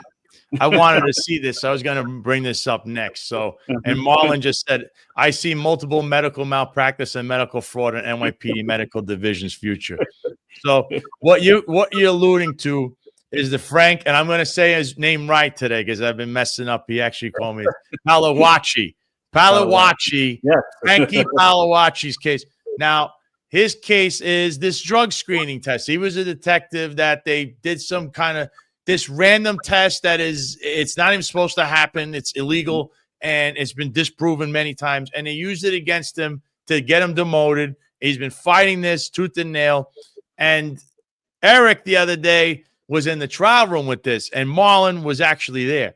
So I wanted you to get into that whole, not only the case, but what you did in the trial room, because I'm sure that's where all the shenanigans are with the police department, with their little Soviet-style show trial. It depends on who they like. They don't do that. But the people they don't like, they arbitrarily will try to stack the deck against them. So what happened the other day? Well, it's always interesting dealing with them because they already know I don't go in a trial room unless I'm suing, period. The bottom line is they don't like to talk about the legal issues. They like to make all these personal aspersions. Like I know the rules very well. And I feel like saying, well, yeah, I know them pretty goddamn well too. I've been in business 23 years and I made a couple of dollars doing this. So I think I have an idea what I'm doing. And did you not forget that I hit the police department for a $15 million verdict? Not with 15 lawyers, by myself. So you're not schooling me. How about paying attention to law and the facts? The bottom line is this same test has already been undermined somewhere else. How is that not relevant? It's the same damn test. You don't have different bodies. You go across state line. Oh no, that's a different test. That's just as asinine as saying the same blood test kits we use are different kits. It all depends on, oh, wait a minute, we have different kits in New York as opposed to Florida. I don't care what company makes it. It's still supposed to be the same test. Well, we test for urine this way. In New Jersey, we test for urine that way. Oh, we don't agree because we have the best test. I mean, this is bullshit. It's the same company. It's the same company, same everything. It's crazy. The bottom line is they still didn't talk about the scientific aspect of it. Because I don't care if he tested positive or negative. I could care less. That's not what I'm there to do. I'm here to test the veracity of the test, the foundation. Because they love talking about the cart, but they don't want to talk about the horse. The bottom line is this validated by other scientists in the scientific community? Yes or no? No, there's no agreed upon standard. So by definition, it's invalid, period. It's not my law. That's what Fry says. That's what Fry, 1923 case says. Unless it's generally accepted in the scientific community, guess what? It's not acceptable. And then there's another test that's Daubert, and now there's been some changes to the federal rules to make it even more stringent now, that not only you have to prove that it's generally accepted, you have to prove it's validated in the situation you're using now. You know why they're starting to do that now? Why? And this goes back to the O.J. Simpson case. I didn't mention it in the trial room because I try not to talk about it because that brings up a whole these political arguments about it. But the one thing we got from it as practitioners and society in general should get from it is that the science, you can't necessarily agree if it's not valid or not. And this is where you got this from. I don't know if you guys remember. Remember Dr. Henry Lee? He was the Asian, he was the he was the police director, I forgot, somewhere in the police lab of the Connecticut State Police. So he came up with these theories of, right, blood splatter. You splat, and you should be able to see it on the wall. You could tell from the position this person is standing, etc. All that's been debunked. And who debunked it? Peter Neufeld and Barry Scheck. These guys, they had the Innocence and the Innocent Project, and these guys got people out of jail all because of junk science. And this is all this kind of stuff: blood splatter, bite marks, fire, alligator. They say it's alligator. I forgot the word. It's alligator something. But basically, saliva. It looks like, it looks the way the paint breaks. That looks like alligator skin. All that has been debunked. So then I said, hey, there's all this science out here, and there's studies from the National Institute of Justice in 2009. There's also a study by the Presidential Council, and they're saying, hey, we have to be careful with the so-called science because, you know, a lot of stuff has been debunked. Trial commission ignored my argument like it didn't mean anything, right? Because that's the issue. They want to ignore it. Then I said, well, here's the uniform guidelines. So I make a motion to have the case dismissed. They're telling me I don't understand the rules. It's not Eric's law. Griggs versus Duke Power says that if you're going to test your employees, I don't care what it is, hearing test, eye test, blood test, any kind of promotional exam, it has to pass that uniform guidelines. Why? Because if you create a test that disadvantages one group over another or has a disparate impact over another, guess what you have? You have a lawsuit. It's not my law. It's the law that's on the books. On the books. The uniform guidelines. You talk about the Ricci case, or you talk about Albemarle paper. It's all the same thing. The rules apply. And the thing that's the best about this is I had proof. You know what the proof I had? Boston. Because the Boston case talked about the very thing I'm talking about. Oh, well, you know, we can prove in gestation by this exam. You know what the commissioner over there said? Bullshit. Read page 105 to 114. And I'm going to put all the exhibits up like I said, and I'm going to promise to do this because I believe in transparency. Because they would like you to believe all this stuff because they hide it in the secret chambers. No, I believe in transparency. Put all the documents up, put the motion, put the trial transcript up. You can read yourself. You can see the shenanigans that goes on. You go, wait a minute. I have common sense because this is how jurors think, by the way. I have common sense. Wait a minute. You're telling me this test was debunked already and they settled the case based on this test, right? Yeah. So why wouldn't it apply here? Well, you know, you go, well, who cares if it's New York? It's the same test. It is. Proof gestation. A court already said you can't prove it. And then they settled. Oh, and what got even better, Boston turned around and sued Psych Medics. They wanted indemnification. You know what they said? You put a negligent product, you sold us a negligent product, and we want indemnification. Wait a minute. Aren't they the same people who hired them and said that was a great product? So if Boston sued them, why wouldn't any of that stuff be admissible here in New York? That makes sense, doesn't it? It makes sense, yeah. Because Boston was the first police department major, and guess who was the second? NYPD. Yeah. And you know something? I got it right here. The 2005 collective bargaining agreement, which established hair testing, is being violated. And that's the detective endowments agreement. That breach alone should alert the union to demand the removal of this hair testing policy. On top of that, the department changed the methodology from RIAH to EIA without providing notice to either the department or the unions across all ranks. This violates every standard of policy and law. That is a fact, actually. That was in I have the copy of the agreement. That's a fact. But you know what the unions didn't challenge? The validity of it. The first step. They assumed that it was valid because if you look at their 10K filings, actually I wrote a blog about their 10K filings. Ooh, man. Psych Medics is going to be in for some hurt when I start the litigation. If you look at their 10K filings, it says things to try to make it look like they're the gold standard. It looks like a marketing document more than anything else. It's what they leave out that's interesting. They don't talk about the Boston litigation. They don't talk about the fact that it's been debunked. They don't talk about the settlement. They don't talk about one of their own vendors sued them to pay the damages because they paid between legal fees and $3 million. Yeah, about $5-6 million. They don't say whether they indemnified Boston. They don't say any of that. They mislead the investors. And the more important part, marijuana, they originally put in the original disclosures, marijuana is more difficult to test for because it's unstable. But then as you go further and further, because I have their 10Ks, and if they're listening, I have all your 10Ks. I analyzed them already. From 1995 to 2024, I looked at every 10K. They go from mentioning it to it disappears. Oh, we don't use RIAH anymore. We use EIA. Like, that's a big deal. Yeah, you went from radioactive tags to enzyme tags, but it's the same human essay, and it's almost the same analysis. That wasn't valid, and this wasn't validated. Hey, I had the so-called expert, or I don't know how you can be an expert if you're talking about your own company product. That's a whole nother story. But even the witness from Psychmedics admitted there's no generally accepted standard here. Oh, so that means you're self-validating. Objection. What's the objection? It's common sense. That's what he just said.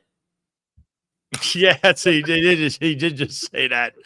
But that, you see, so then how do you get around? Because, you know, this trial room, it's a kangaroo court, and it's designed for you know, the soccer mom will be the one making a decision here, which that I don't know, that doesn't bode well. But of course, the regular case in the courts is a whole nother story, because it's kind of like the department trial. Just like in my case, you just use that in a real court with a real judge, and they're going to look at this and go, how is this being allowed? What you know, how is this? This is the police department stance. This one's ridiculous. But you know what's funny, Sal? They try to cite all these cases. Oh, the first department said this. I said, oh, that's really impressive. Not one of them talked about whether it's not a validated science. Silence.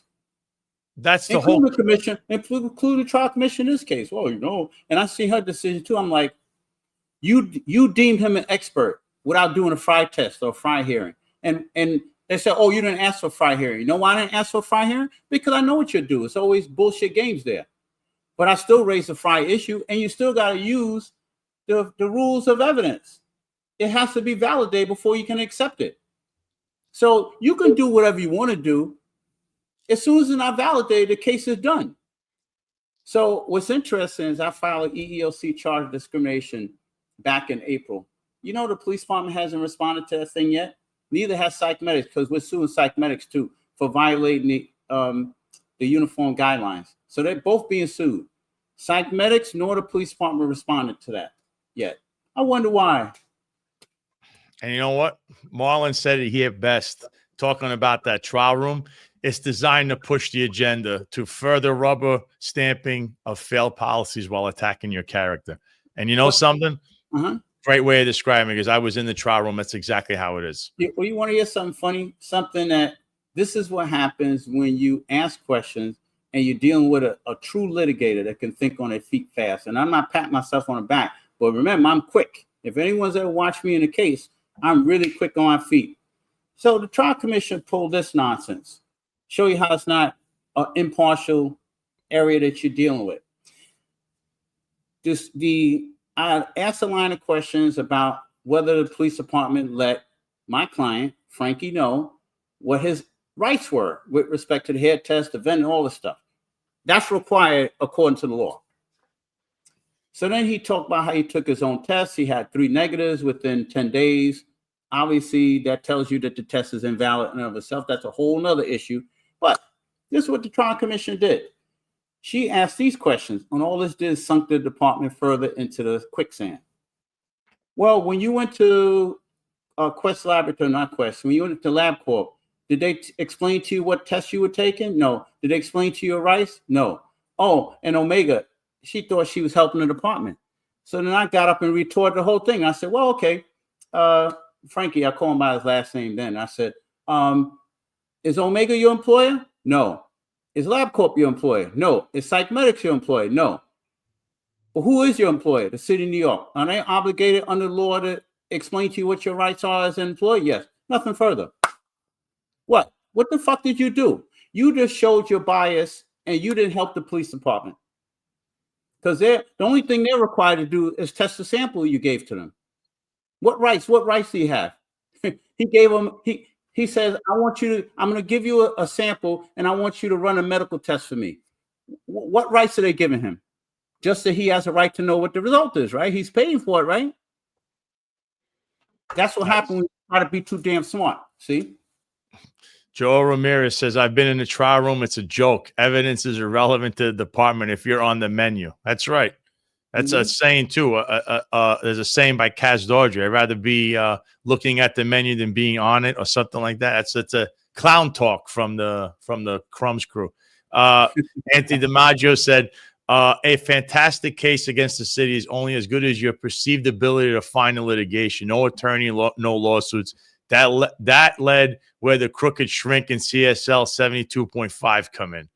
He was another guy taken down by the psychological nonsense that up in Yonkers. It's the same system. It just each department used the same kind of template. You know, it's the same thing.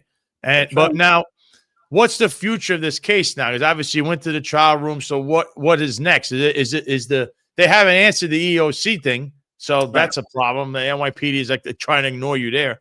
So how does this trial room nonsense? What's going to happen with this? We're waiting for the decision, and we're expecting it's going to be an adverse ruling, but she's going to have to justify it. And now the question is on the appellate division levels. They're going to say you ignore these legal arguments. This is about the basics of the evidence. If you have no evidence against him, you got no case. So, but what they did is they helped build the other side of the argument on the federal side. I want to make sure the phone doesn't disrupt you guys. So that part. And now, like I said, and you know, if they're watching now, you hear about it. No, I now have a few interesting legal scholars and medical academic doctors that are taking a look at this whole psychometric issue and the hair test and the medical malpractice part of it. So, and then if it works right, I'm going to co-author academic piece. So it's going to be very interesting. So this is so I went from little old me hiding in the corner. Hey, I'm supposed to be winding down, by the way, guys, for you to know it. And I'm just getting involved in more and more zaniness in the police department. but I like doing it because it's not just for me. It's for all the members of the service. They don't even understand that their rights have been violated because they some of them are just joke cop people. The job.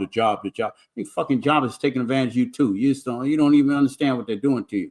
And then the applicants and the people over the years that had their livelihoods, their families wrecked, and their financial futures wrecked. I mean, it's time for someone to be held accountable for that. So that's my goal with the head test, with the trial room, with the psychological. That's the goal of doing all this stuff. It's not for self-gain. I could just take cases and not say a word, but this is to inform the public. Just like the whole arbitrary criminal association nonsense. It's all part of the same system. It's the way they operate. But there's a couple of things I was going to show you before, I let you wrap up here. So there was on Friday, there were the promotions, right? Mm-hmm. So one of the promotions, one of the people getting promoted was a lieutenant that made it a captain. The significance of this was this captain, was the same guy that when Kaz Dodry walks in and he didn't salute him, he was transferred. Okay, that's why this idiot got so offended online when I mentioned the Daily News article and that this is a guy that transferred someone for not saluting Kaz Dodry, who was an assistant commissioner at that time. You don't salute assistant commissioners. That story is all true, by the way. All right. There was a telephone message. So now he got promoted to captain, and John Shell Stan doesn't even get up and shake this guy's hand. And you can see that stupid, smug look on that triple neck face of his. So John McCarry wrote this, and he wrote on a tweet on X, and he put, "The face you make when the lieutenant you bounced to Staten Island from the 109 for not saluting then Assistant Commissioner Kaz Dodry, even though a salute was not required and no one knew who the F he was at the time, gets promoted to captain despite you trying to destroy them." And then I on top put, and this is my post, John Shell, who is alleged to have multiple burner accounts online, is a mental midget who shouldn't be carrying a gun. Unfortunately, the NYPD employs unlicensed psychologists, so he never was assessed correctly and has managed to skate for 3 decades at taxpayer expense. See, I thought this was a fitting moment, and that someone he tried to destroy is out, is gone from his underneath his thumb, and now he can't do anything about it. and it was right in his face. You know, And I this guy- heard about this, but I never knew the name, but I heard about that. And I remember when I heard about this whole thing where he didn't salute someone, I said, first of all, that sounds ridiculous. All right. First of all, he doesn't have to salute him.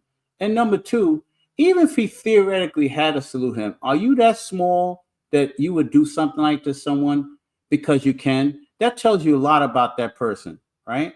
It tells you a whole lot about them. And you know, when people bully others and mistreat people, that doesn't tell you about the misconduct. That's all bullshit. They can wrap it and make it look like it wants to. The thinkers can see past it and go, that was misconduct?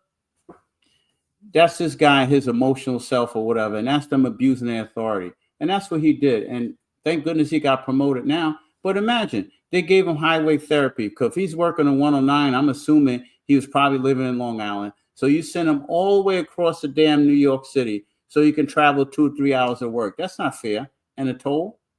Kaz is an asshole. He's just a driver anyway. I don't know. You know, Eric should be ashamed himself for putting him in any position. He really should. And I said it, you know, normally I don't talk about Eric. I kind of get away from it. But the bottom line, he should be ashamed himself. Kaz Daughtry's been a disaster, which no one has seen him, by the way. I wonder what's going on there. Yeah, I heard he's on leave. Hope he's leaving out the door. He's out the door. So now I guess we're not going to see any more of these video valors at taxpayer expense. Hopefully not. Or John Shell. Or the Bob the Builder outfit, like you like to say. Oh, yeah. He has the builder with that stupid hat he had. The guy made an assessment of a bridge. Oh, you know, he ain't no fucking engineer. What does he have? High school education or something? I mean, are you serious, man? And they didn't stop him from talking. Well, you know, the bridge is safe right now. How the hell you know it's safe? Are you an engineer? Yo, I'm telling you, this administration was bad. I'm really bad. Oh my goodness. There you go. There's his education. Does he got an engineering degree? It's from the street. Oh, the bridge is safe. Yeah, bridge is safe because you know Kaz the Builder is now on the scene. But that's because Eric lets him get away with it. You know, Adams lets him get away with everything. He never stepped in. He just let him, you know, because he was driving Madry around all those years. That's his claim to fame. If you look at this guy, Omar Sharif, he goes, how do cops worship abusive boss and stay loyal? All right, so let's just talk about the culture in general. You know, police work is very interesting to do. Actually, I keep saying to this day, it's that's the best job I've ever had. I mean, being a lawyer is okay. I don't really associate with lawyers, only with cases. I mean, I don't go to bars with them. I don't hang out with them. I don't even do CLEs anymore. I used to go to the events. Now I don't even do that anymore. I kind of don't. I'd rather do it online. Cops are very interesting people. You know, for the most part, the police department has this problem. But then they have a lot of good people, too. They're going to be loyal to doing the job because of what they believe in. Because in order to do police work, you have to have a belief. It's not about the damn money. You think it's about the money? It's never about the money because you can get hurt at any moment. You can get hurt, whether it's the busiest command or the slowest command, or you can go out for lunch. There's a million different ways. Go out to meal. There's a million different ways you can get hurt or killed in this business. So you have to have more than the money to do it. So people are altruistic. They believe in it. So they don't care about the bosses. Eventually they ignore them and they really do the job. So that's the answer. They don't do it for the boss. They do it for themselves. Well, to make an exclamation point. So we were all over John Shell about the other day, right? Mm-hmm. And there was this thing that was put out. I put it out that he's supposed to be getting a 3/4 pension. It's allegedly behind the scenes. I didn't know the number. The number they're saying is $31,000 a month. That was something that came out later. I just know that he got approved for this 3/4 pension allegedly because his top executive, deputy chief Bruce Separano, he's out the door. There was an order that came down, so he's got 4 years of time. And I guess that's so that he might come back later on. Who knows when this regime's gone? But this was what he put on. So he likes to go on LinkedIn. John Shell. He answers John McCarr and Eric Dim on there. Oh, yeah. And then he has he never contacted me. I feel bad. Yeah. He's on there. So this is what he said the other day. He goes on there and he puts phone blowing up all day with sources and rumors, fake news. Some news outlets need to lose those numbers of their sources. They are clueless. As Jordan Belfort one claimed in The Wolf of Wall Street, the show goes on. Let's go Cowboys. And there's a picture of him. I don't know. He used WhatsApp or something, but there's a picture and you could tell. I mean, I don't know how many necks he has. He might be up to 4 at this point. And he's a disgrace. He really is. I never met the man, but he's a fucking clown. He's supposed to be a chief department, highest uniformed person, represent the police department. And he seemed to represent himself. He's a clown. And yeah, I said it publicly. He's a fucking clown. He is a clown. He's an embarrassment. The chief departments used to look up to these people. They were the most fit. They were the uniforms clean, everything. And it went from that, what I seen, to a clown show. Fucking overweight, chasing women, abusing your fucking subordinates, drunk. I mean, come on, man. These guys are disgrace. He's a disgrace. He needs to fucking retire already.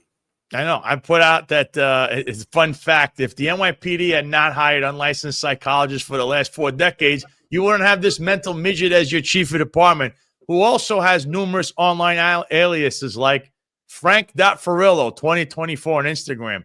This screams, I need a psych eval.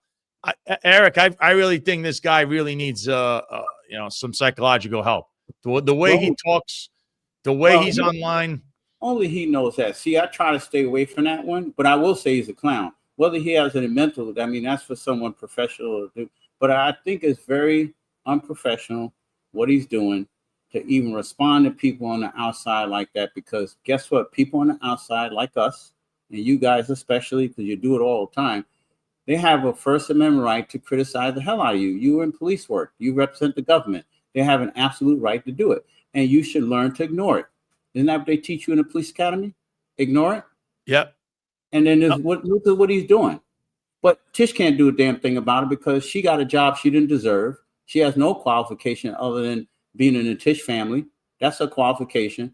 Shell's there because they're all connected to all the corruption bullshit that happened. So they don't want to get rid of people and bring them in. And now Eric's out the door because he's gone, no matter what he says. And the way he looks like a defeated person. And I never said that publicly, but I'm going to say he looks defeated.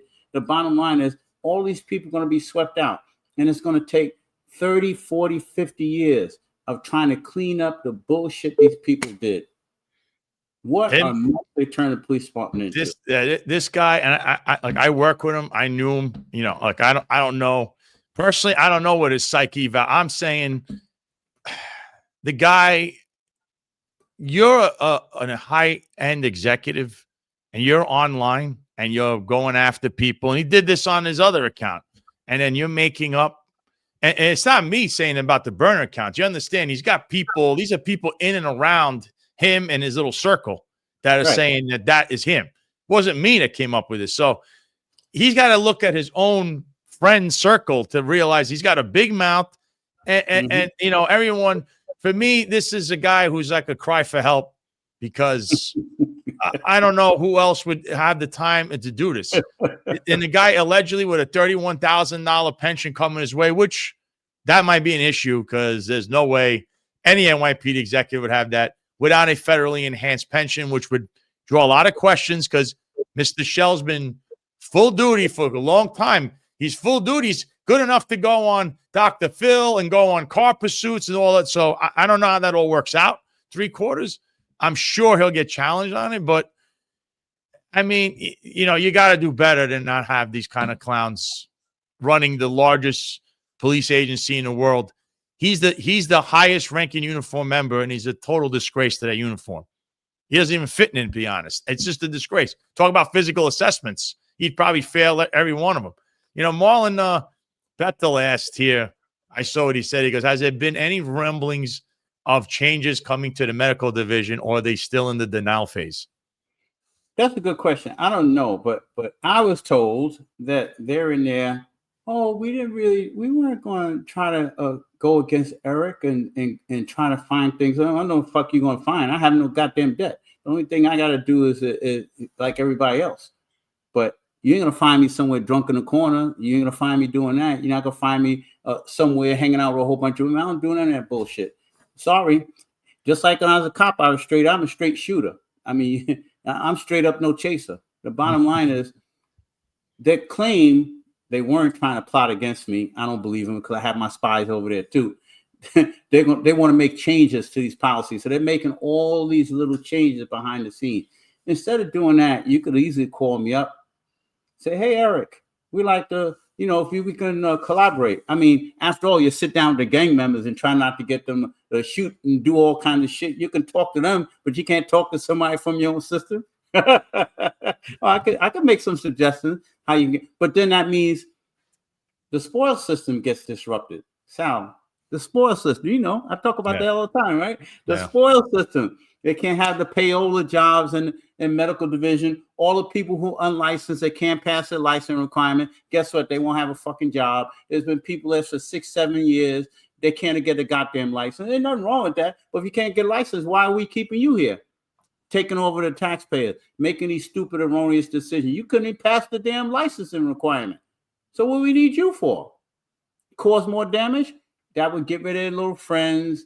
The medical division, the surgeons, they pat the little part-time jobs they have, and they have to practice on the side, but they treat the police employees like shit. But if you were their private patient, they would never talk to you the way they talk to you. I can go on and on with that. So yeah, there's supposed to be changes being made, but not to the root causes of all these problems. I'll tell you what. And I tell you another thing too, is it says here, Joel Ramirez said Sally's not getting challenged. I would refer, Joel, if you remember a few years back, guys retired, and then you remember the Daily News had this whole thing where they picked a bunch of people that were 3/4, and they all got federal cases on them because they caught them doing a boat thing. So I give you one example.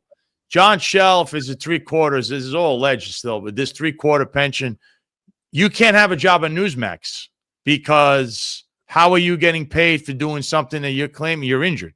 You're 3/4 injury, right? What is the status of the injury? Because you're not good enough. You got hurt on the job walking, whatever it is you're claiming, but you're good enough to walk to Newsmax. Like, these are things that will come up in the NYPD is one thing. The federal trial is another. Some civil case or a regular criminal case, which they can make out of this. You got to be very careful putting in for that stuff. There's a problem is no one's ever called up, picked up the phone and said, yeah, so-and-so retired, but I saw them do. Once you do that and they look into this, it becomes an issue. John Shell has no friends other than the people that he's on the bar stool with. And, they got to pick him up and take him home allegedly in Highway 2 and Highway 3 cars back to his home. You got a problem. You're enemies with everyone. You think you're cool, and you're going to find out that when you're no longer chief, that little thing in front of your name, you're just like an everyday Joe. Nobody cares about you. The people that hate you come out of woodwork and come after you. And that's what's going to happen in this case. But I can tell you something, Sal. There's two things, right? I remember when I was a managing attorney at another law firm before I started my own law firm, there was an investigation with the FBI with the fire pension board. Boy, and one of the firefighters was able to get information that could almost prove how they were doing the 3/4 there. The problem is how he went about it wasn't necessarily the best method. So couldn't use it, right? But that would have had them, that would have blew that whole pension system apart. And I mean in a major way.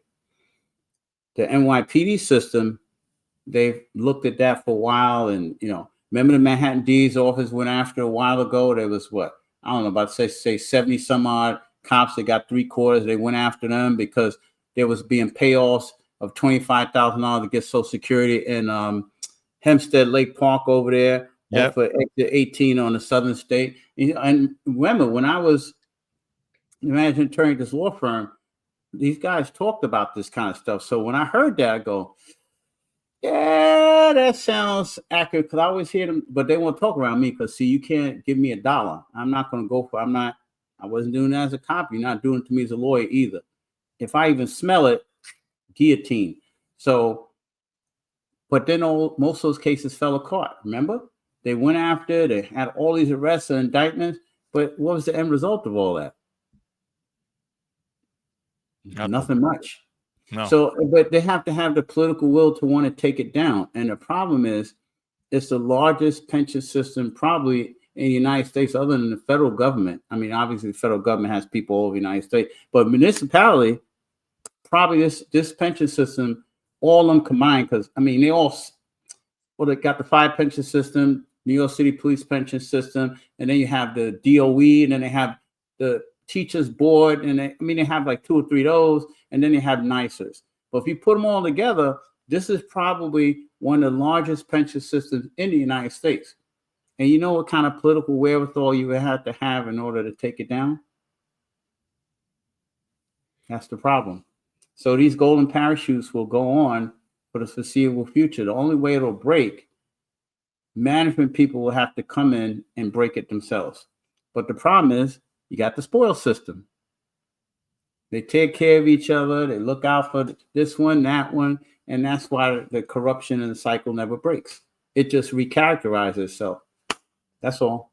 Yeah. And Marlon said it's a big club. What interest does John Shell have in changing things when he needs 3/4 from those same people? He's not going to rock the boat. EC said, I can get 3/4 and can't do my police duty, but can work, let's say, at Walgreens. That's kind of that is where you're going to fall into those people. Now, like we just said, they didn't do anything because it would challenge this whole system, because then but if you are for this pension system, then you shouldn't want people that take advantage like that over people that really are injured, and they treat them like they're garbage because one of these guys calls and says, I don't like him. Make it hard for them. I think it's bogus. I remember me being investigated, right, for my back thing when it all happened. There was an investigation because there was a certain lieutenant. We'll keep all these names out, but if you worked in Coney Island, you know what I'm talking about. He called his buddy in the medical division and said, I was malingering. I was malingering because I was going to the doctor and I was getting all these things and I wasn't working because I legitimately had a herniated disc. I had a discectomy too. That's what the guy wrote. And that's what started the whole thing. They were watching my hat, all this crazy stuff, because one guy said, I think he's malingering. I still have the 49 to this day, all these years later, how ridiculous it was. And the guy couldn't look me in the face once I came back full duty after having that back surgery. Now, if I was John Shell, I might put in for 3/4, 15 years later, even though it was full duty for years. But that's what you deal with. One guy decides I could do this because I'm a supervisor or whatever. I know someone, and that's it. You're scarred for life in the police department. That's what kind of goes on with the medical division and what we're talking about today with the pension system. That was always my thing, right? Because some people ask me, oh, why don't you take the promotional exams? Now, the people that work with me tell you, I knew that patrol guy and stuff like the back of my hand. I was one of those people to update all the guys with the hand changes and all that. I used to do that. And the legal book, I used to do all that stuff. So could I pass it and done well? Yeah, I could have been a manager. But one of my biggest pet peeves was, even to this day, is how they use the internal disciplinary system to hurt people with bullshit.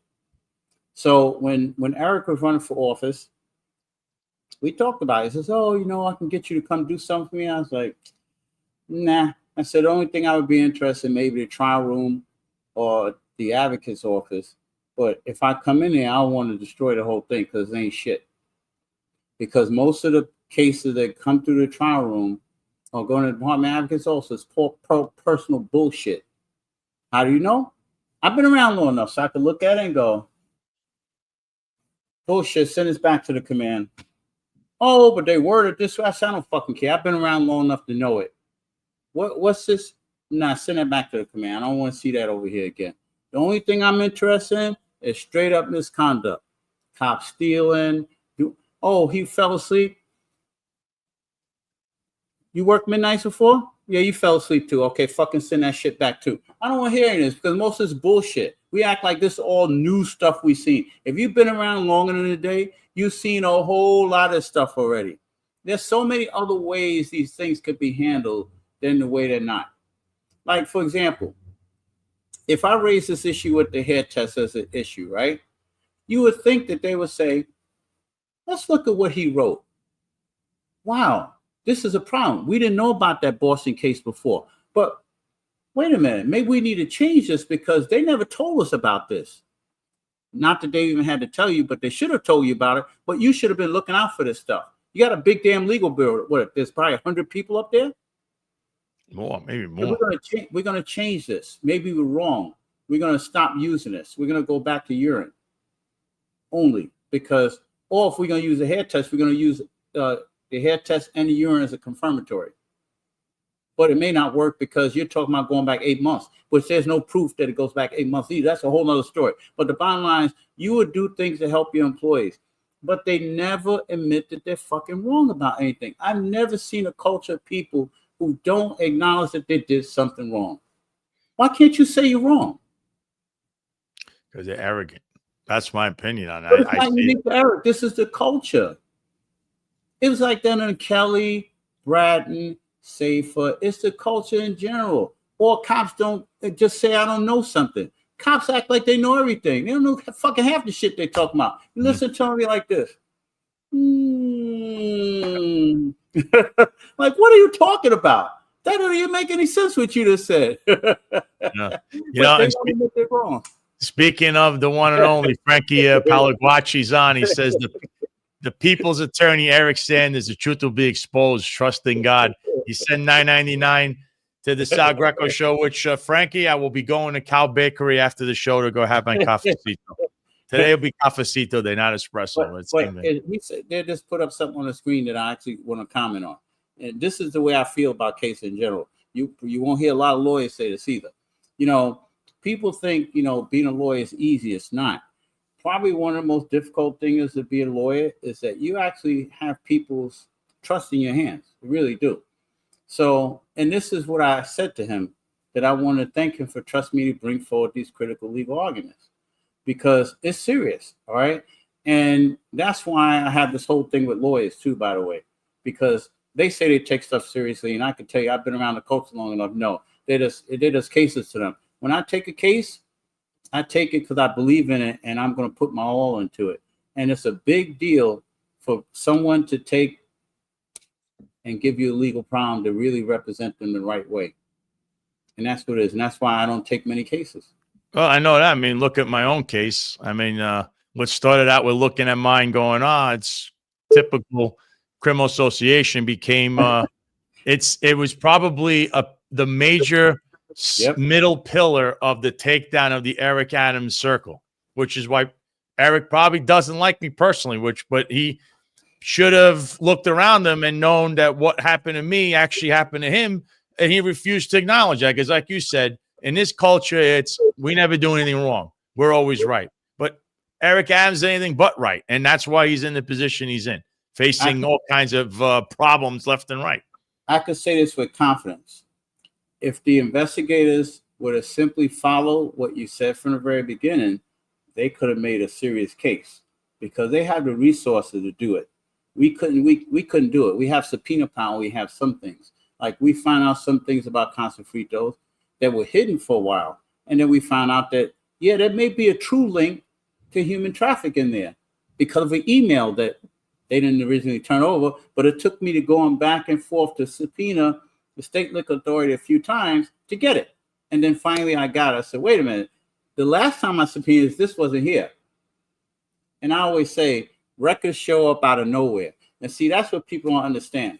And I've been at this a while now. So people may not speak to me directly, but they speak to me directly. So I get things all kinds of different ways. And sometimes I get things in disclosures. It's one of these, whoops, I include this in your documents. Or I get anonymous stuff in the mail. Whoops, you need to know about this, Eric. Make sure and keep on this point. So even if I don't speak to people directly, I get information from all kinds of sources.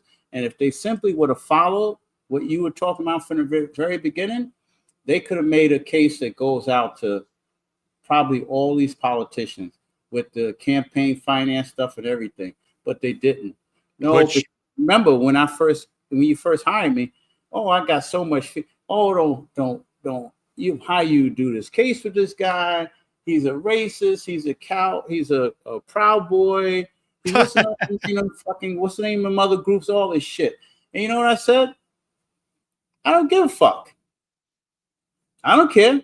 His First Amendment rights are violated. I don't care if he's the Proud Boys, the skinny. I don't give a fuck what he's part of. See, and that's what people don't understand about me. They think I get caught up with all this BS. I don't know what jive turkey is. It's supposed to be that little reference, but that goes back to the 70s, and I'm not a shuck and jiver, so be careful with your comments, all right? The bottom line is I'm not a bullshit artist. I represented Polstein. They did the same thing with him. Oh, he's a racist. I don't care about people's politics. All I care about is his rights were violated. So, that was funny that again, you go into the whole, well, he's pictured with this guy, therefore, but then it's funny because John Shell's pictured with President Trump, and that should be, he should be terminated, right? I'm using their logic. Yeah, that's criminal association according to them, right? According to what's his name, Cutter, and that disgraceful sergeant there, what's his name, Orenstein. That's criminal association. Jeremy Orenstein, who's still there, by the way, collecting a check. I don't know how, but Soccer Mom has it all figured out. But so before we let you go, you had mentioned there's another scandal that you just learned about with something, right? That happened with someone. What happened? Because before you put it out. Oh, you mean just recently today? Today, yeah. Oh, I don't know if I should mention it, honestly. But I will say this. The police department's been doing something that's very disingenuous. And this is kind of on the lines, but, police suicide is a problem. And it's been a problem for years, right? And it's a problem that doesn't seemingly ever going to get solved because of the way we're approaching it. Cops are a very interesting group of people. They have a lot of pride. So they won't tell people things when things are bothering them, which leads to all the alcoholism and the things that we have in the police world. I mean, listen, we can't shy away from this reality. And the bottom line is drinking is a problem in policing. Domestic violence is a problem in policing. Divorce is a problem. And, it's hard to clean up the problem when you make value judgments of other people.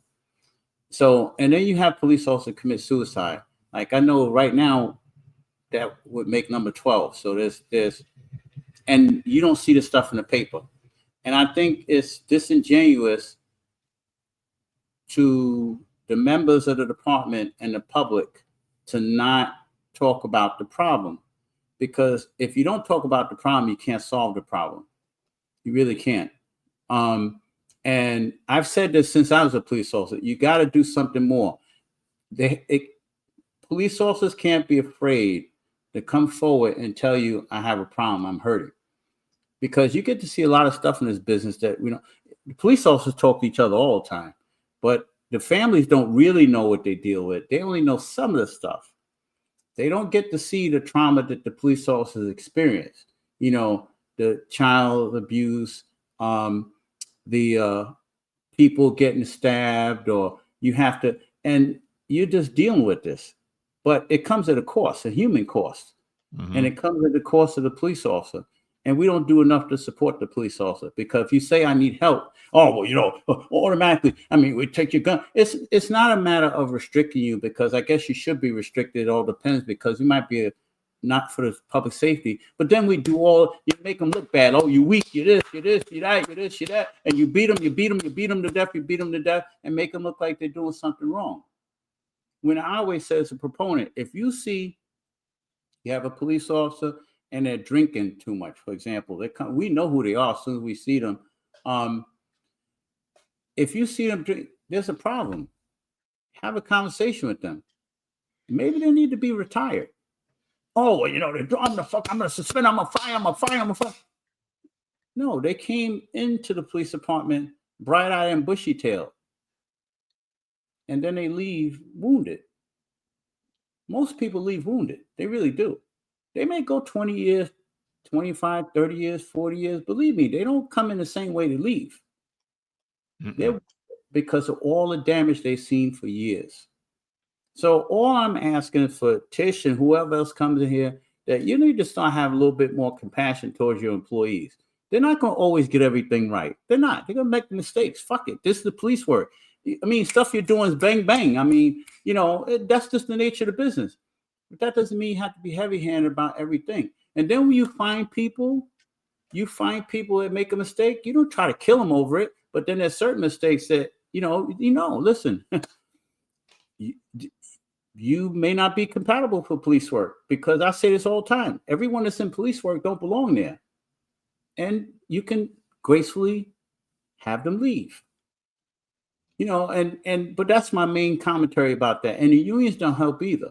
No, don't tell them this, tell them that. No, they should be truthful. The employees should be very truthful, because every time someone commits suicide, it affects the other employees too. Mm-hmm. But the union's useless. No, I mean, really, Sal, because you go, do they even see me? They don't care. I remember when I was going to law school, I was assigned to the 113 at this point. I had 2 old timers as my midnights before I went to work in domestic violence, to make it a little easier for me to go to law school. So I worked at midnights, and I had Lieutenant Norfleet. He had almost 40 years on the job, guy from Barbados. Never forget these guys. These were old timers, all right? They were still carrying speed loaders. The young guys don't know nothing about that, because you've never seen that before. Before that, they had drop pouches. I was talking about that with the guys yesterday, Kevin and Ed Mammon on this show. You should hear probably Thursday. They didn't have all this stuff. They had 6-shooters. They had revolvers. So, and with the hammers on it, which means they were really old school. So, and then my sergeant was McFadden. God rest his soul. I never forget this. And they said, Eric, you're doing the right thing. You're going to law school. They said you're too smart for this. You know what they said? The only thing you get from working hard in the police department is tired. And I said, really? I said, no, whatever. I said, but Sarge, how much time you have on? He says, 25 years. I said, listen to me. You got to leave, because if you don't leave, you're not going to enjoy your pension. No, I'm going to leave. I'm going to leave. I said, Norfleet's been out 40 years. It's time for him to leave too. Fast forward. I then leave the midnights and I start working domestic violence. So I start working at different tours so I can then go to law school, because I went to law school at night and then come to work. So it made it a little slightly easier. But I did it the hard way, so people think I took off. No, I still was chasing radio, jumping and fucking wrestling guns. I did all that shit while I was still going to law school. For those people that think I didn't do police work, my partners can tell you. But I did it the hard way. Do you know that he retired? And I didn't know, because I was working I was working the split tours when I had my design tours I could make, but I was still technically on patrol. He didn't make they say he retired. I said, really? He finally left. Do you know he didn't make 2 weeks? He didn't make 2 freaking weeks before he had a massive heart attack on the Grand Central right near Highway 3. That's because of his job. So all those years. It is a wear and tear that no one's going to tell you about. That if you've been around this culture long enough, you know what it is. That's why the rate of alcoholism is so high. This is stuff no one likes to talk about. But we're going to talk about this in the family. This shit it's got to be fixed somehow. And if we don't talk about it, this is just going to lead to the suicide. Because when a person commits suicide, they feel there's no way out. Usually that's how that, or it could be, I don't know, things that happen on again, if you. Well, that's what I mean. But whatever the problem it is, they think it's insurmountable. That's it. Mm-hmm. See how people, and then I see, if it's hard, then quit. That's not the way the human mind works. Because if it's so easy, we'd be in utopia. We wouldn't have any problems. The bottom line is we have to understand that these are human beings. They're not police officers, they're people. So when they tell me, oh, they're members of the service, I said, no, they're not. That's a Miss So-and-so and that's Mr. So-and-so. The fact that you keep saying member of the service, you turn them into inanimate object. No, they're real people with real problems. And if we don't help to solve this, we're never going to solve the suicide problem. So that's what I'll say. And I won't talk about what happened today, because the department probably won't release it, but maybe was. But I just thought I'd address the suicide problem so you have an idea what I'm talking about. Yeah, well, that's what I'm mentioning. Is the scandal is that they really talk a big game about mental health and suicides, and then they don't do anything about it. That's always been the case. The soccer mom, just another failure, and she clearly doesn't understand this culture. Clearly, her actions, the way she talks, she's like a deer in headlights when it comes to the culture of the New York State Police Department. I have one. Go ahead. No, I was going to add one last person that asked the question before I let you go. Yeah. He says, I hope the well-informed and experienced Eric Sanders will answer, can semi-auto functionality be determined by loading and firing one cartridge at a time? It's from Contract Makes the Law. Are you serious? I don't know. I mean, really. I mean, come on. See, this is the kind of ridiculous stuff we're talking about. I still have my SIG, by the way. So believe me, I'm well qualified in using a semi-automatic. But the bottom line is that has nothing to do with anything. See, when I come here, I go anywhere, I like to have an intellectual conversation, real conversation.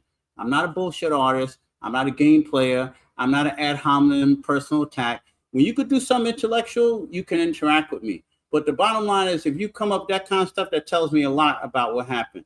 The bottom line is, and this person don't know, is that if they knew about me, they know I dealt with this corruption, did all stuff in the police department too. See, this is what I'm talking about. These people talk, they don't know me personally, and not that I'm defending against it, because they can say whatever they want. I think it's pretty funny. But if you don't want to know, just ask around. They'll tell you, no, I'm not a game player. The bottom line is, someone made a comment, I just want to say this. Oh, cops are not compassionate. Yes, they are. You know how much shit cops overlook every day? Believe me, there's a lot of things police officers can take action over, and they don't take action. Oh, they don't take action. They overlook what's going on at Sobro Garden. They overlook what's going on at Con Sofrito. That was a serious answer I'm giving, because cops overlook a lot of things. They use a lot of discretion, trust me. So when people say cops don't have, I take issue with that, because that's not the reality. The reality is they overlook lots of things. They don't arrest all the time. They don't give tickets all the time. You may not like what they do, but they are compassionate for the most part. Believe me, because if they took all the action they want to, it would be a lot more pain. Believe me. Yeah. I guess I don't know if you want to end it on that note. If you have anything else you want to let the public or Jessica Tisch or any of these people watching know. No, just keep watching and just know that there's people out there fighting for your rights, and you just got to know what your rights are. And the problem is, too many people in the police department think, well, it doesn't affect me directly. Trust me, if they did it to this one person, they'll do it to the next person. Trust me, if they did it to Sal, and you guys can laugh at Sal, and I'm not saying because my client. Let me tell you, the only reason why I come on the show, because he's upfront, a board person. Otherwise, you don't see me. You see me on television all the time, and I've been on all of them: CNN, Fox News, all this kind of stuff. I've been on all of them. But these reporters try to get me, and I won't have a conversation with them. Why? Because I don't think they're above board. But I've been on here, 3 times? Mm-hmm. More than I think 4 times. Above board. So anything I could do to support them and give information, I'm going to do it, because it's a needed service. It's going to start out small, and eventually, if it works right, it's going to be big. And the bottom line is, and this is something that the members don't get to do. They get to hear and see things that otherwise would be hidden in the dark. And the only way this stuff is going to change, you got to have people from the outside doing it and exposing it. That's the deal. We're here that was my whole intention when I started. You had no voice, right? Because they were doing to me. You talk a lot about mental health. The reality is, the job would have liked it more if I would have done what, was at 12 suicides, if I would have been someone like that, because they didn't want to ever face it. The way they make you feel is that what they want you to do. So instead, I fought back, but I fought back with a vengeance. And somehow, some things that were true, they caught fire, and you're not going to have a Mayor Eric Adams anymore. But that's on him. It really is. Him and all these clowns he kept around him. Because now none of them, he's up there by himself. Who's there? Can I say something, Sal? All right, so I'm going to tell you how this whole thing started. This is a little side stuff. Now you get to understand how this even started. When I first started litigation with Sal, I told him, I said, Sal, no, you can't mention Eric. You can't do this. Not because I'm afraid of him, because I was thinking about the case. But then more and more as I start to see this is some behind-the-scenes baseball now. And I said, you know what? You're going to start it? Go ahead, start a podcast. And then it grew from there. And actually, that was the right decision. And I said, anything I can do to support you, I'm going to do it to support you. And that's how we're here. That's basically that's what happened, And I wasn't one to, I don't know if it was a good idea or a bad idea. It ends up becoming a good idea, was because now you don't have a Mayor Eric Adams anymore. He may not want to acknowledge what was done, whether it be publicly, behind the scenes, things that I know that might be passed along to someone else that said it, had a bigger platform than me. He's not going to be there anymore because What he supposed to be talking about your case? Yeah, I mean, you would think so, but I'm still waiting for him to call me. I'm still waiting for that. Eric, you know how to reach me. You know listen, if you don't want to call me personally, you know the intermediaries. Everyone knows how to get in touch with me. The real deal, they know how to get in touch with me. Listen, if Eric wasn't involved in this case personally, I would say Eric Adams come on this show. The problem is that's a legal issue for him, so he can't do it. Right. I mean, I tell you, it would be great. And I said I invited Tim Pearson on the show. I don't know if he could do it because of his legal stand, just because it'd be great to hear from. I mean, I've been knocking the guy left and right, deservedly so. But everyone has a right to defend themselves publicly too. So if he could speak about it, I would love to have him on here. I think someone who really needs to come on here, because I seen her on Sid Rosenberg and not the police commissioner now. I call it a soccer mom, yes. Right? Jessica S. Tisch. The soccer mom should come on here and answer questions. I think, and this is not going to be a lob. Like we're not throwing like lollipops around. I'm going to ask you things that people really want to hear about because you clearly don't know the culture. And whether you want to hear it or not, I think that's what would really define your, whatever you want to call this last year you've been a police commissioner. Because I certainly don't know what the hell you've done, but everybody wants to praise you like you're some hero, and yet you can't even walk out in the street without getting attacked in the subway. You're getting women are getting sexually assaulted in the street. You got creeps all over the place. Homeless people running around committing crimes. I mean, the grand larceny autos, like stolen cars. You got fatalities and accidents left and right. Some done by the police department themselves. Yeah, your executive staff is in shambles with Shell, this guy O'Hare. You got the other chiefs underneath the whole. She should answer for this. Not having a puff interview that says she's such a great police commissioner. I can't cite anything she's done that's right. I can't. Yeah, I was told there's going to be another hit piece that's going to hit one of the newspapers against a lieutenant, and it has to do with the Jewish community related to your favorite person, Taylor. So we'll see what we're going to do about that one if that piece comes out. I think I know what this is. I mentioned it in passing, and that would be, I believe, Lieutenant Jablonski.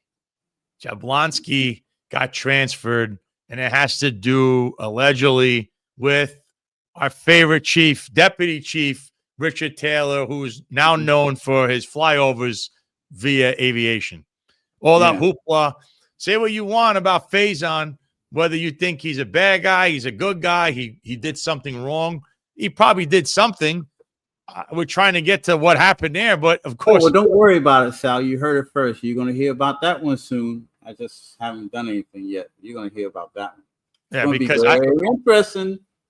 I invited too. I invited Winston Faison on here as well to talk about that whole fiasco, and of course, Taylor was the one that had the damage when he didn't fly it. All the time. There's a lot of hit pieces out there. But Taylor had a helicopter fly over for his daughter's birthday party, which, by the way, his daughter works for Eric Adams personally. I don't know if anyone knows. She works in the mayor's office. So that little connection may have something to do with how this helicopter that's $8,000 to fly it over just for 1 hour would happen when Faison denied him the access to that. He still got it, though. So, and then there's other people like the police commissioner, Jessica Tisch, might want to explain on this show if she comes on. Why is she even flying the helicopter around? Wasting jet fuel and taxpayer money and the condition of the equipment and everything. Speaking of that, I heard Taylor's he's alleged to take his Category 1 car as he travel upstate. I don't know anybody in the police department, anyone in the police department that's damn important that they need a Category 1 car. Nobody's that important, because by the time you get there, whatever happened, The local commanders and all those management staff has already take care of the problem. All you have to do is be on the phone, and they can give you an update or what have you. You don't have to be there. It's such a waste of taxpayers' money just going on for generations and generations. But you keep hearing me talk about the spoil system, right? That's what this is really all about, the spoil system. Favoritism, money, benefits, that's what it's all about. The civil service system was designed to stop that. No, it's just been recharacterized. That's why when we keep telling my candidates, I go, they all rip off the public. It's just all matter how it's going to get characterized. That's all. 100%. 100%. Yeah. So, all right. people want to get people reach out to Eric, the Sanders Firm PC.com. On X, it's at ESQ_Sanders. You could reach out there as well. Eric, it's always a great time having you on. I think you did a great job informing the public here today about many, many issues. And keep on reading, watching. If Jessica Tish and Eric Adams are watching, you want this to end, you want to, finally have this end amicably, you could call Eric. Of course, my numbers are going to be in the 7 figures. So I just hope you know whether you want to settle this or not. That's where we're going, because there's a lot that's happened, a lot that I haven't said publicly, and so that'll be all discussed. But you could call Eric. Eric's waiting for your call. If not, we'll see you in court. All right. Thanks a lot, Eric. Yeah, and I don't know this guy. I'm just gonna address this one guy. RH says, y'all are longtime Trump supporters, right? How is he spending money for parades and trips for himself? No awareness from Sal. Guy, you barely come in here. I have criticized Trump more than anyone else. I voted for him 3 times. I lost my job because of this guy. If anything, I have been probably, who's been more critical of him than me? Owen Schroyer, maybe? Because, look, my best friend, my closest friend doesn't ever criticize the guy. I do. I don't know what you're talking about. But, I don't know. Which guy are you? Are you John Shell's driver? Are you one of his fluff boys? I don't know which one of you are. There's so many of him and his guys. I lost count. But, I guess we're going to use Eric Adams' lines. All my haters become my waiters at my table of success, right? That one's for you, Eric.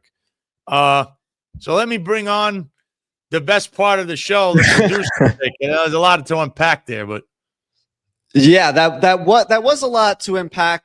But one thing that kind of stuck out to me above everything else, we'll address this. We'll talk about some polling. Aaron at the baseball game. Jets and Giants played this weekend. They both lost on Sunday. Big surprise. We'll touch on all that in a second. But first of all, have you guys ever met anyone that you didn't like at first glance? They made a really bad impression on you, and then you learn something about them, and then you like them even less. And you say to yourself, I can never be friends with this person. That's how I felt reading John Shell's most recent post. At the very end, he says, as Jordan Belfort, a very wealthy Wall Street person, once proclaimed in The Wolf of Wall Street, the show goes on. Let's go Cowboys. John Shell grew up in New York City. He went to Severian High School in Brooklyn, lives in Staten Island. Why on planet Earth is he rooting for the Dallas Cowboys of all the teams in the NFL? Anyone in New York City who's rooting for the Steelers, the Cowboys, the Packers, any of these legacy organizations that are located in cities and states that they could never even locate on a map, you automatically look a whole lot lower to me. What do you think? Yeah. I don't know if he meant the actual Dallas Cowboys or he's talking about Shell's Cowboys, which were doing illegal car stops and doing all kinds of stuff, whatever he told them to do. And then I didn't tell you to do that when they get in trouble. I don't know what he meant there. I don't even know if he was, on his 10th or 20th drink when he wrote that. But this guy is a highly conflicted individual who, to me, is a cry for help. It just is. He's been in there for 30 years. You could tell because each decade of service, he's grown another chin and another neck. And, this guy wants to come at us for because we're critical of him. From my understanding, he made this completely personal on his own end. I could with him, I could have cared less, but he's like a wild, like a You know, you ever see like a pack of wolves or a pack of animals? He's that one that left the fray and went on their own and went crazy. And that's what he became. Because, I don't know. I mean, look, he's got to wake up every day and look in the mirror and know he killed someone. But I'm saying he didn't intentionally do it, but he did do it. He killed someone. He's got to live with that the rest of his life. And he cheated on his taxes. Got so many things on him. You'd think you would want to better your life instead of being some arrogant jerk that people can't stand. And the only reason they're nice to you is because you have this title for the moment. The minute you're no longer a chief, you're going to see everybody go, I never liked that guy, which I've seen over and over again, especially in that on that job. Once they lose their rank, you lose your place in society, we'll say, and then you're just like everyone else, I guess, right? So he's enjoyed his moment in the sun, but now it's, time's winding down, and it's time to you're on the other side of that. So it'll hit him. He knows. That guy that you described who broke off from the pack and went crazy sounds a whole lot like Colonel Kurtz from Apocalypse Now. Remember when Martin Sheen had to go on that crazy trek and find him and he wasn't even speaking English? That in a nutshell represents who John Shell is. Yeah. And to Eric Sanders' point about the pensions, I know that we've kind of spoken about that ad nauseum. I got a wonderful statistic from Nick Goichai, the former corrections officer who came on a couple of years ago. He told me that most city employees don't even live 10 years after the retirement date. Maybe that was a little more applicable to corrections, policing, other safety-sensitive professions within the city. But yeah, I mean, guys are not even enjoying the money that they've spent decades working hard for. And for someone like John Shell, who really has a lot of his meaning in life tied to the police department, it's going to be that much harder to retire and move on to his next venture in life, even if he is on Newsmax, Fox News, wherever it may be. I'm curious to see how the disability cuts into his paycheck there, because if he's disabled, where are the restrictions and boundaries to his employment there? Is he unable to talk? Can he not hear things at press conferences? Can he not see things? I mean, there's so many questions I have about his next professional endeavor based off of this. Corvette Tony said he's a big Cowboy fan, has a framed signed jersey of Jason Witten in his office. I don't know what his office looks like. Jason Witten, of all people, why not Tony Romo, Jim Jeffcoat, even Jerry Jones? What type of person loves Jason Witten that grew up in New York City? He's a Southern guy, went to Tennessee, played tight end for the Cowboys for over a decade. Was a really tough-nosed player, had his helmet knocked off pretty much every other play, bloody noses, bloody ears, black eyes, everything. But still, come on, man. You're running the New York City Police Department, not the Dallas Police Department. Is he probably golfing with Jerry Jones in addition to everything else? I would guess that he is. But I don't know. He's a character. But to go on his character, I don't know if you want to put up on the screen. First of all, it's two-pronged thing. I went to the Marlins game this weekend. I went back to back. I went Friday and Saturday night. The first night I went, they lost. I also broke out the new Inter Milan road jersey, but that was the first night where they got blown out like 9-3 by the Phillies. It was terrible. And we had that's what happened. One of the craziest events of the entire baseball season, and it didn't even relate to anything that took place on the field. So Harrison Bader, ironically enough, a Westchester native who played for both the Yankees and the Mets during his time in New York, crushes a home run out to deep left field, and it hits the ground. It's picked up by someone's father. He hands it to his son, and then all of a sudden, Miss Short Hair Karen, who was later identified as a New Jersey educational administrator, comes over and says, "That's my ball. Give it to me. I had it first. I had positioning for it." I thought the dad was a little bit too kind and generous in terms of just giving the ball away. And there's a special place in hell. I'm sorry I'm saying hell, but for people who commit these types of egregious, selfish deeds at baseball games, whether it be asking for balls and bat signs in front of little kids or trying to get autographs from players that they sell off, like, you have to show some sort of morality when you're interacting with little children. That little kid was probably going to go home and talk about that ball for at least 5 days, if not a week or longer. He was going to put it in his mantle place, play with outside. It was going to be a big deal in his life. But we have Karens like this who are probably going to throw the ball out a couple hours from now saying, no, it's my ball. I had it first. I had positioning for it. And then she demands for it back. I was very happy that Bader made good in the situation by giving him a bat after the game. He said, if you can't have a ball, at least you can have a bat. But still, I cannot stand people like these at sporting events. I'm hoping that she's banned from Lone Depot Park permanently. See, how's that? Right where he's, I don't know if you can see that picture where that guy's head is to the left picture where the father is. right there, right where his nose is, like, that's the section that I sit in, because that was where I was. I could see that from my seat, what was going on. I saw a whole commotion. I saw the home run. I go, what the hell is that? And that normally doesn't happen. But if you put the second day, now there's the other picture that went to the second day. And on the second day, we lost 4-2. And I broke out the Met jersey. Now, if anyone knows, that's a retro they have for this year. That's the 1987 road jersey for the Mets. They redid it for 2025. And I got a lot of people in the ballpark, even though they were Philly fans, there were a lot of New York people there that said, yeah, go Mets. And I was wearing that, but I was sitting in a different section. And this section had every single Philadelphia Philly fan walk by me up and down the aisles. I never complained about Lone Depot Park until now. So I'm supposed to, like, I don't know, I got to talk to someone. I did, but I lost their number.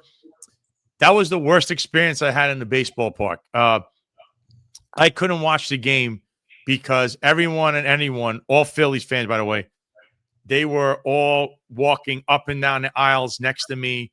It was ridiculous. And then we're standing up in front of me. I'm standing. My seat is all the way to the top. So, I'm looking down. So unless you're jumping up and down in front of me, who's vaping, and they're all wearing Philly jerseys. Very weird. I've been to Philadelphia. I like their baseball stadium.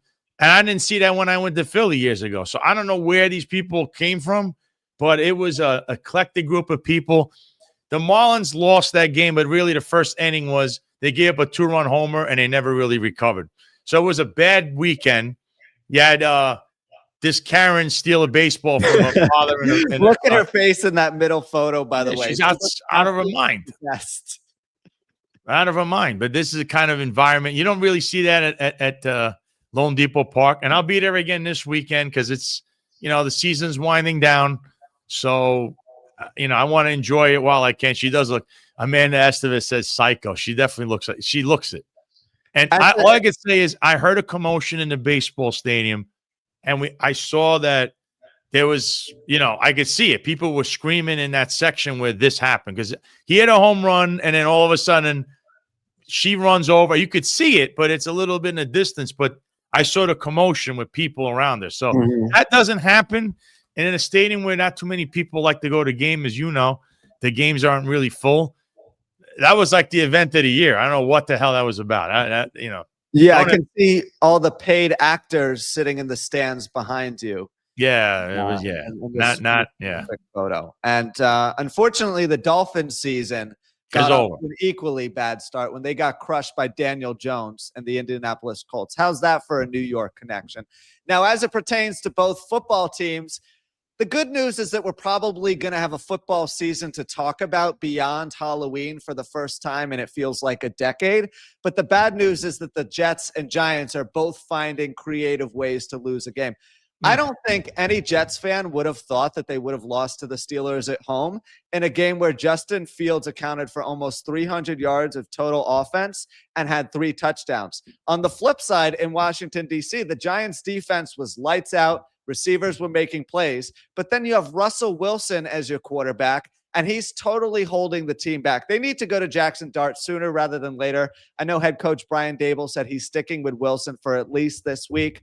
It's never too quick to go to someone like Jackson Dart when you have Russell Wilson, Broncos country, let's ride, Giants country, let's ride, lining up under center. Guy's a total clown, way past his prime. So I'm thinking that both football teams are going to compete for a wild card berth with about anywhere between 7 to 10 wins, loosely. Yeah, I couldn't even watch that.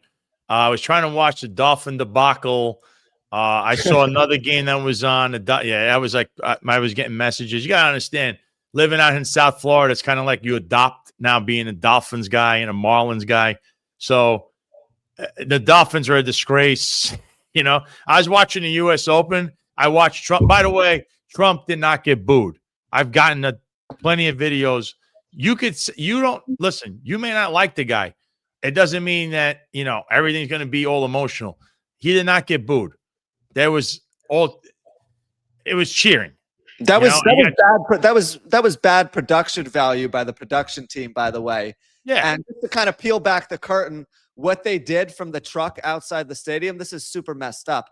They pumped up the noise for the microphones by the people booing, and then they silenced the microphones by the people who were cheering. That's crazy. That's clearly selectively trying to control the narrative for a sporting event and overly politicizing it in a horrible manner. For me, I saw the videos from inside the stadium, which is all that matters, and I didn't hear. You just heard a lot. It was overwhelmingly people cheering. They were doing the national anthem. Anytime they showed them, they were cheering. I don't know what they're talking about. That was just another political, he got booed. Do you hear anyone cheer? Now, if you want to say the last time we saw Hulk Hogan, unfortunately, on TV, on Netflix, there was a lot we heard the boos because he was in California. And then God punished him the next day and their houses were burning to the ground. So you booed an icon and had your house burned down. It was quite a thing. I'm just saying, I'm joking, but it's still it is a fact that your house is burned the next day in that area, and you shouldn't let politics in everything they do infects politics, whether it's in New York City or California. Hulk Hogan was a legend. He deserves to be cheered at all times. By the way, Bubba the Love Sponge's documentary came out. Video killed a radio star, but unfortunately got sued by Hulk Hogan's son. But I am working on maybe having Bubba the Love Sponge on here. So I don't know if he's not allowed to talk about this. So I don't know. Not allowed to talk about the documentary. It's just one thing after the other. But football is back. You know what else is back today? Highlight. So go to highlightworld.com. You can check that out. The Renegades are defending the championship this year. They're going to be playing today. They're going to have games today, tomorrow, Thursday, and Friday. Each day, I believe, is 5 p.m. You can catch on ESPN3 or highlightworld.com, or Friday at 7 p.m. ESPN3 for the Friday night game. They're going to be doing this for quite a while. There's going to be games every week, at least 3 or 4 games. So last season at Magic City Casino, the next one will be at a different place right here in Miami. But this is the final year at Magic City Casino. So season ends in December. So this is Battle Court Championship number 7. So ESPN is slowly starting to groom Highlight is their next lacrosse. Remember a few years ago when nobody cared about lacrosse, and now they're playing lacrosse pretty much every single Sunday during the summer? Same can be said for the WNBA. So Highlight is one of those up-and-coming sports that people are really going to start to watch in the next couple of years. But we have one more piece of breaking news here that obviously concerns Eric Adams, because who else, before we finish up for the day? So White House Press Secretary Caroline Leavitt, this according to Craig McCarthy from the New York Post, punted when asked if President Trump was considering offering a job to Mayor Eric Adams, saying, quote, "The president has made it quite clear he does not want a communist to run the city." So just wanted to clarify one thing here. Everyone's been attacking Mamdani over the wrong points. He's a socialist. He's a communist. He doesn't care about people. He lives in a rent-stabilized apartment. Why are we not talking about the things that actually matter? The fact that his family's entire wealth comes from Qatar, a country that has literally slaughtered gay people on the street, while Mamdani is putting his arm around the LGBTQA community, saying, "I actually care about you guys. None of these other politicians do." So that's number one. And also, Mamdani lived in an apartment that his family never paid rent for because his dad was a faculty member at Columbia. How about we use those 2 talking points before we call him a jihadist, before an unnamed radio host who's now pivoted to his 3rd mayoral candidate of choice and is probably going to be endorsing Jill Stein next week, is coming up with all of the slander in the book to try and attack him. Let's look at the right things to come after the guy for before we come up with all these slanderous accusations that really aren't grounded in reality. Yeah, he also is very soft on crime. We played the video. He has no idea about anything. He doesn't know anything about, gang databases. He wants to, keep the head count the way he doesn't know anything because, again, he's an activist. He doesn't know how to govern. You people really got to do some research. He has no idea. He was a state assemblyman. What has he done? Nothing. He will get nothing accomplished as mayor. Yeah, and he was a state assemblyman for about 3 years or so because the final year has been spent on the campaign trail. Signed 3 bills, co-sponsored a couple that failed pretty easily in the assembly. A lot of his colleagues up in Albany kind of laughed at him because he's unable to get bills and policies passed while he's out on the street advocating for things as an activist. I like to say that the guy is an activist and an advocate wearing a politician's costume like it's Halloween, just like Bill de Blasio. I mean, he's gonna end up bringing in a bunch of wackadoodles when he's elected mayor to be making said policies as well. So be prepared. But he shouldn't be. He's an activist that have no idea how to govern. You're going to see it's going to be Bill de Blasio on steroids. That's all this is, because Bill was the same way, was an activist, didn't know how to govern. You heard it here. I've been saying it forever. If you do elect this guy, it's going to be all on you in New York City. You let that happen, because I don't believe this poll is 40-something%. I mean, look, now he's with Bernie Sanders, another guy who's been – what has that guy done in the Senate? He's been there 100 years. I mean, you are the people you keep around you. That's how I see it. What do we have tonight on the 10-4 Tavern, Jack? I know that's coming up tonight on the 10-4 Tavern. Tom Joyce and Peter Forcelli will be joined by Thomas McHale, retired Port Authority Police Department detective. He was involved in the search and rescue effort during 9/11. Also was present during the initial bombing attempt at the World Trade Center in 1993. That's an event that a lot of people don't know a whole lot about. So be sure to tune in, get the rundown on that, and it should be a fantastic show. And then back tomorrow morning, we'll have New York's finest retired and unfiltered podcast with John and Eric. The executive perspective will follow at 17:05 for those of you ex-Leos out there. There you go. There you have it. We'll see if I come back on Thursday. I don't know. Thursday will be September 11th. It's usually a day. I think it should be a holiday where nobody does anything other than to remember what happened, because I still remember it like it was yesterday. And to me, there was a world before September 11th and the world that you see now. It's after. Some people that were born after have no idea what we're talking about. It's like saying John Cena is the greatest wrestler in the world. You don't know anything because you weren't there for Hulk Hogan. You don't know. It was a different world. I like Trump. Is he as good as Ronald Reagan? I don't know about that one either. Ronald Reagan to me was the greatest president. I was a kid, even though I look back at his policies, how family life was. It was much, I think more positive. Ronald Reagan was around. Then you had Bill Clinton in the 90s and all of that. All right. But when September 11th happened, that was it. Life changed. And I think people, you should just reflect on that day about everything that happened, because it's a moment in time that's like a marker that you'll see, like, how they say before Christ and after Christ, before 9/11 and after 9/11, because it's been a different world ever since.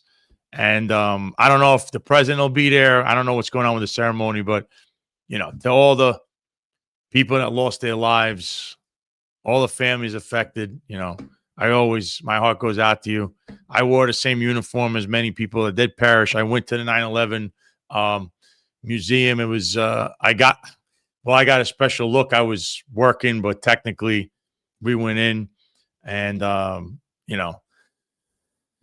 I still remember that day like it was yesterday. Even though I wasn't a cop, I could tell you all the details of what was going on, and it was just a surreal moment. And we'll see what happens on Thursday. I don't know what I'm going to do yet, because I just always think it's a day that it should be completely observed like a national holiday. And again, to anyone whose family was affected by that, you lost a loved one, and especially those heroes that went in that building and, we're doing the right thing and what happened. Always, my heart goes out to you, and you guys are the real heroes. So, with that said, I hope everyone enjoyed the show. If you can, please, go back on the Finest Unfiltered Network on the YouTube. You can check all the live shows. Go back and look at that. Don't forget to subscribe to my own TikTok, The Sal Greco Show. On YouTube, it's The Sal Greco Show segments. So I break things down. I show little clips here or there, a little segment so people could watch if you didn't watch the whole episode. So please subscribe there. Subscribe on TikTok and on Instagram, The Sal Greco Show. I now have that up there as well. So you could check me out on there. I guess that will call it a day. And hopefully tune in to the 10-4 Tavern tonight. Watch Tom and Peter on that. And also tomorrow with the Finest Unfiltered and Executive Perspective. I hope everybody has a good day. I hope you found this very informative. Thank you to Eric Sanders for coming on. Thank everybody for being in the comments, all the haters and the fans. I love you all. So with that being said, I'm going to sign off from a rainy South Florida, where it is, like a sunny place for shady people.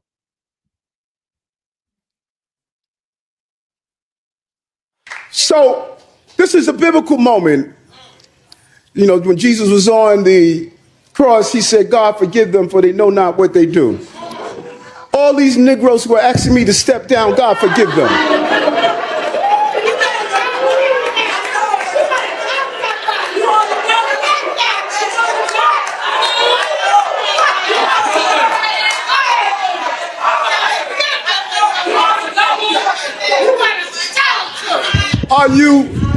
Are you stupid?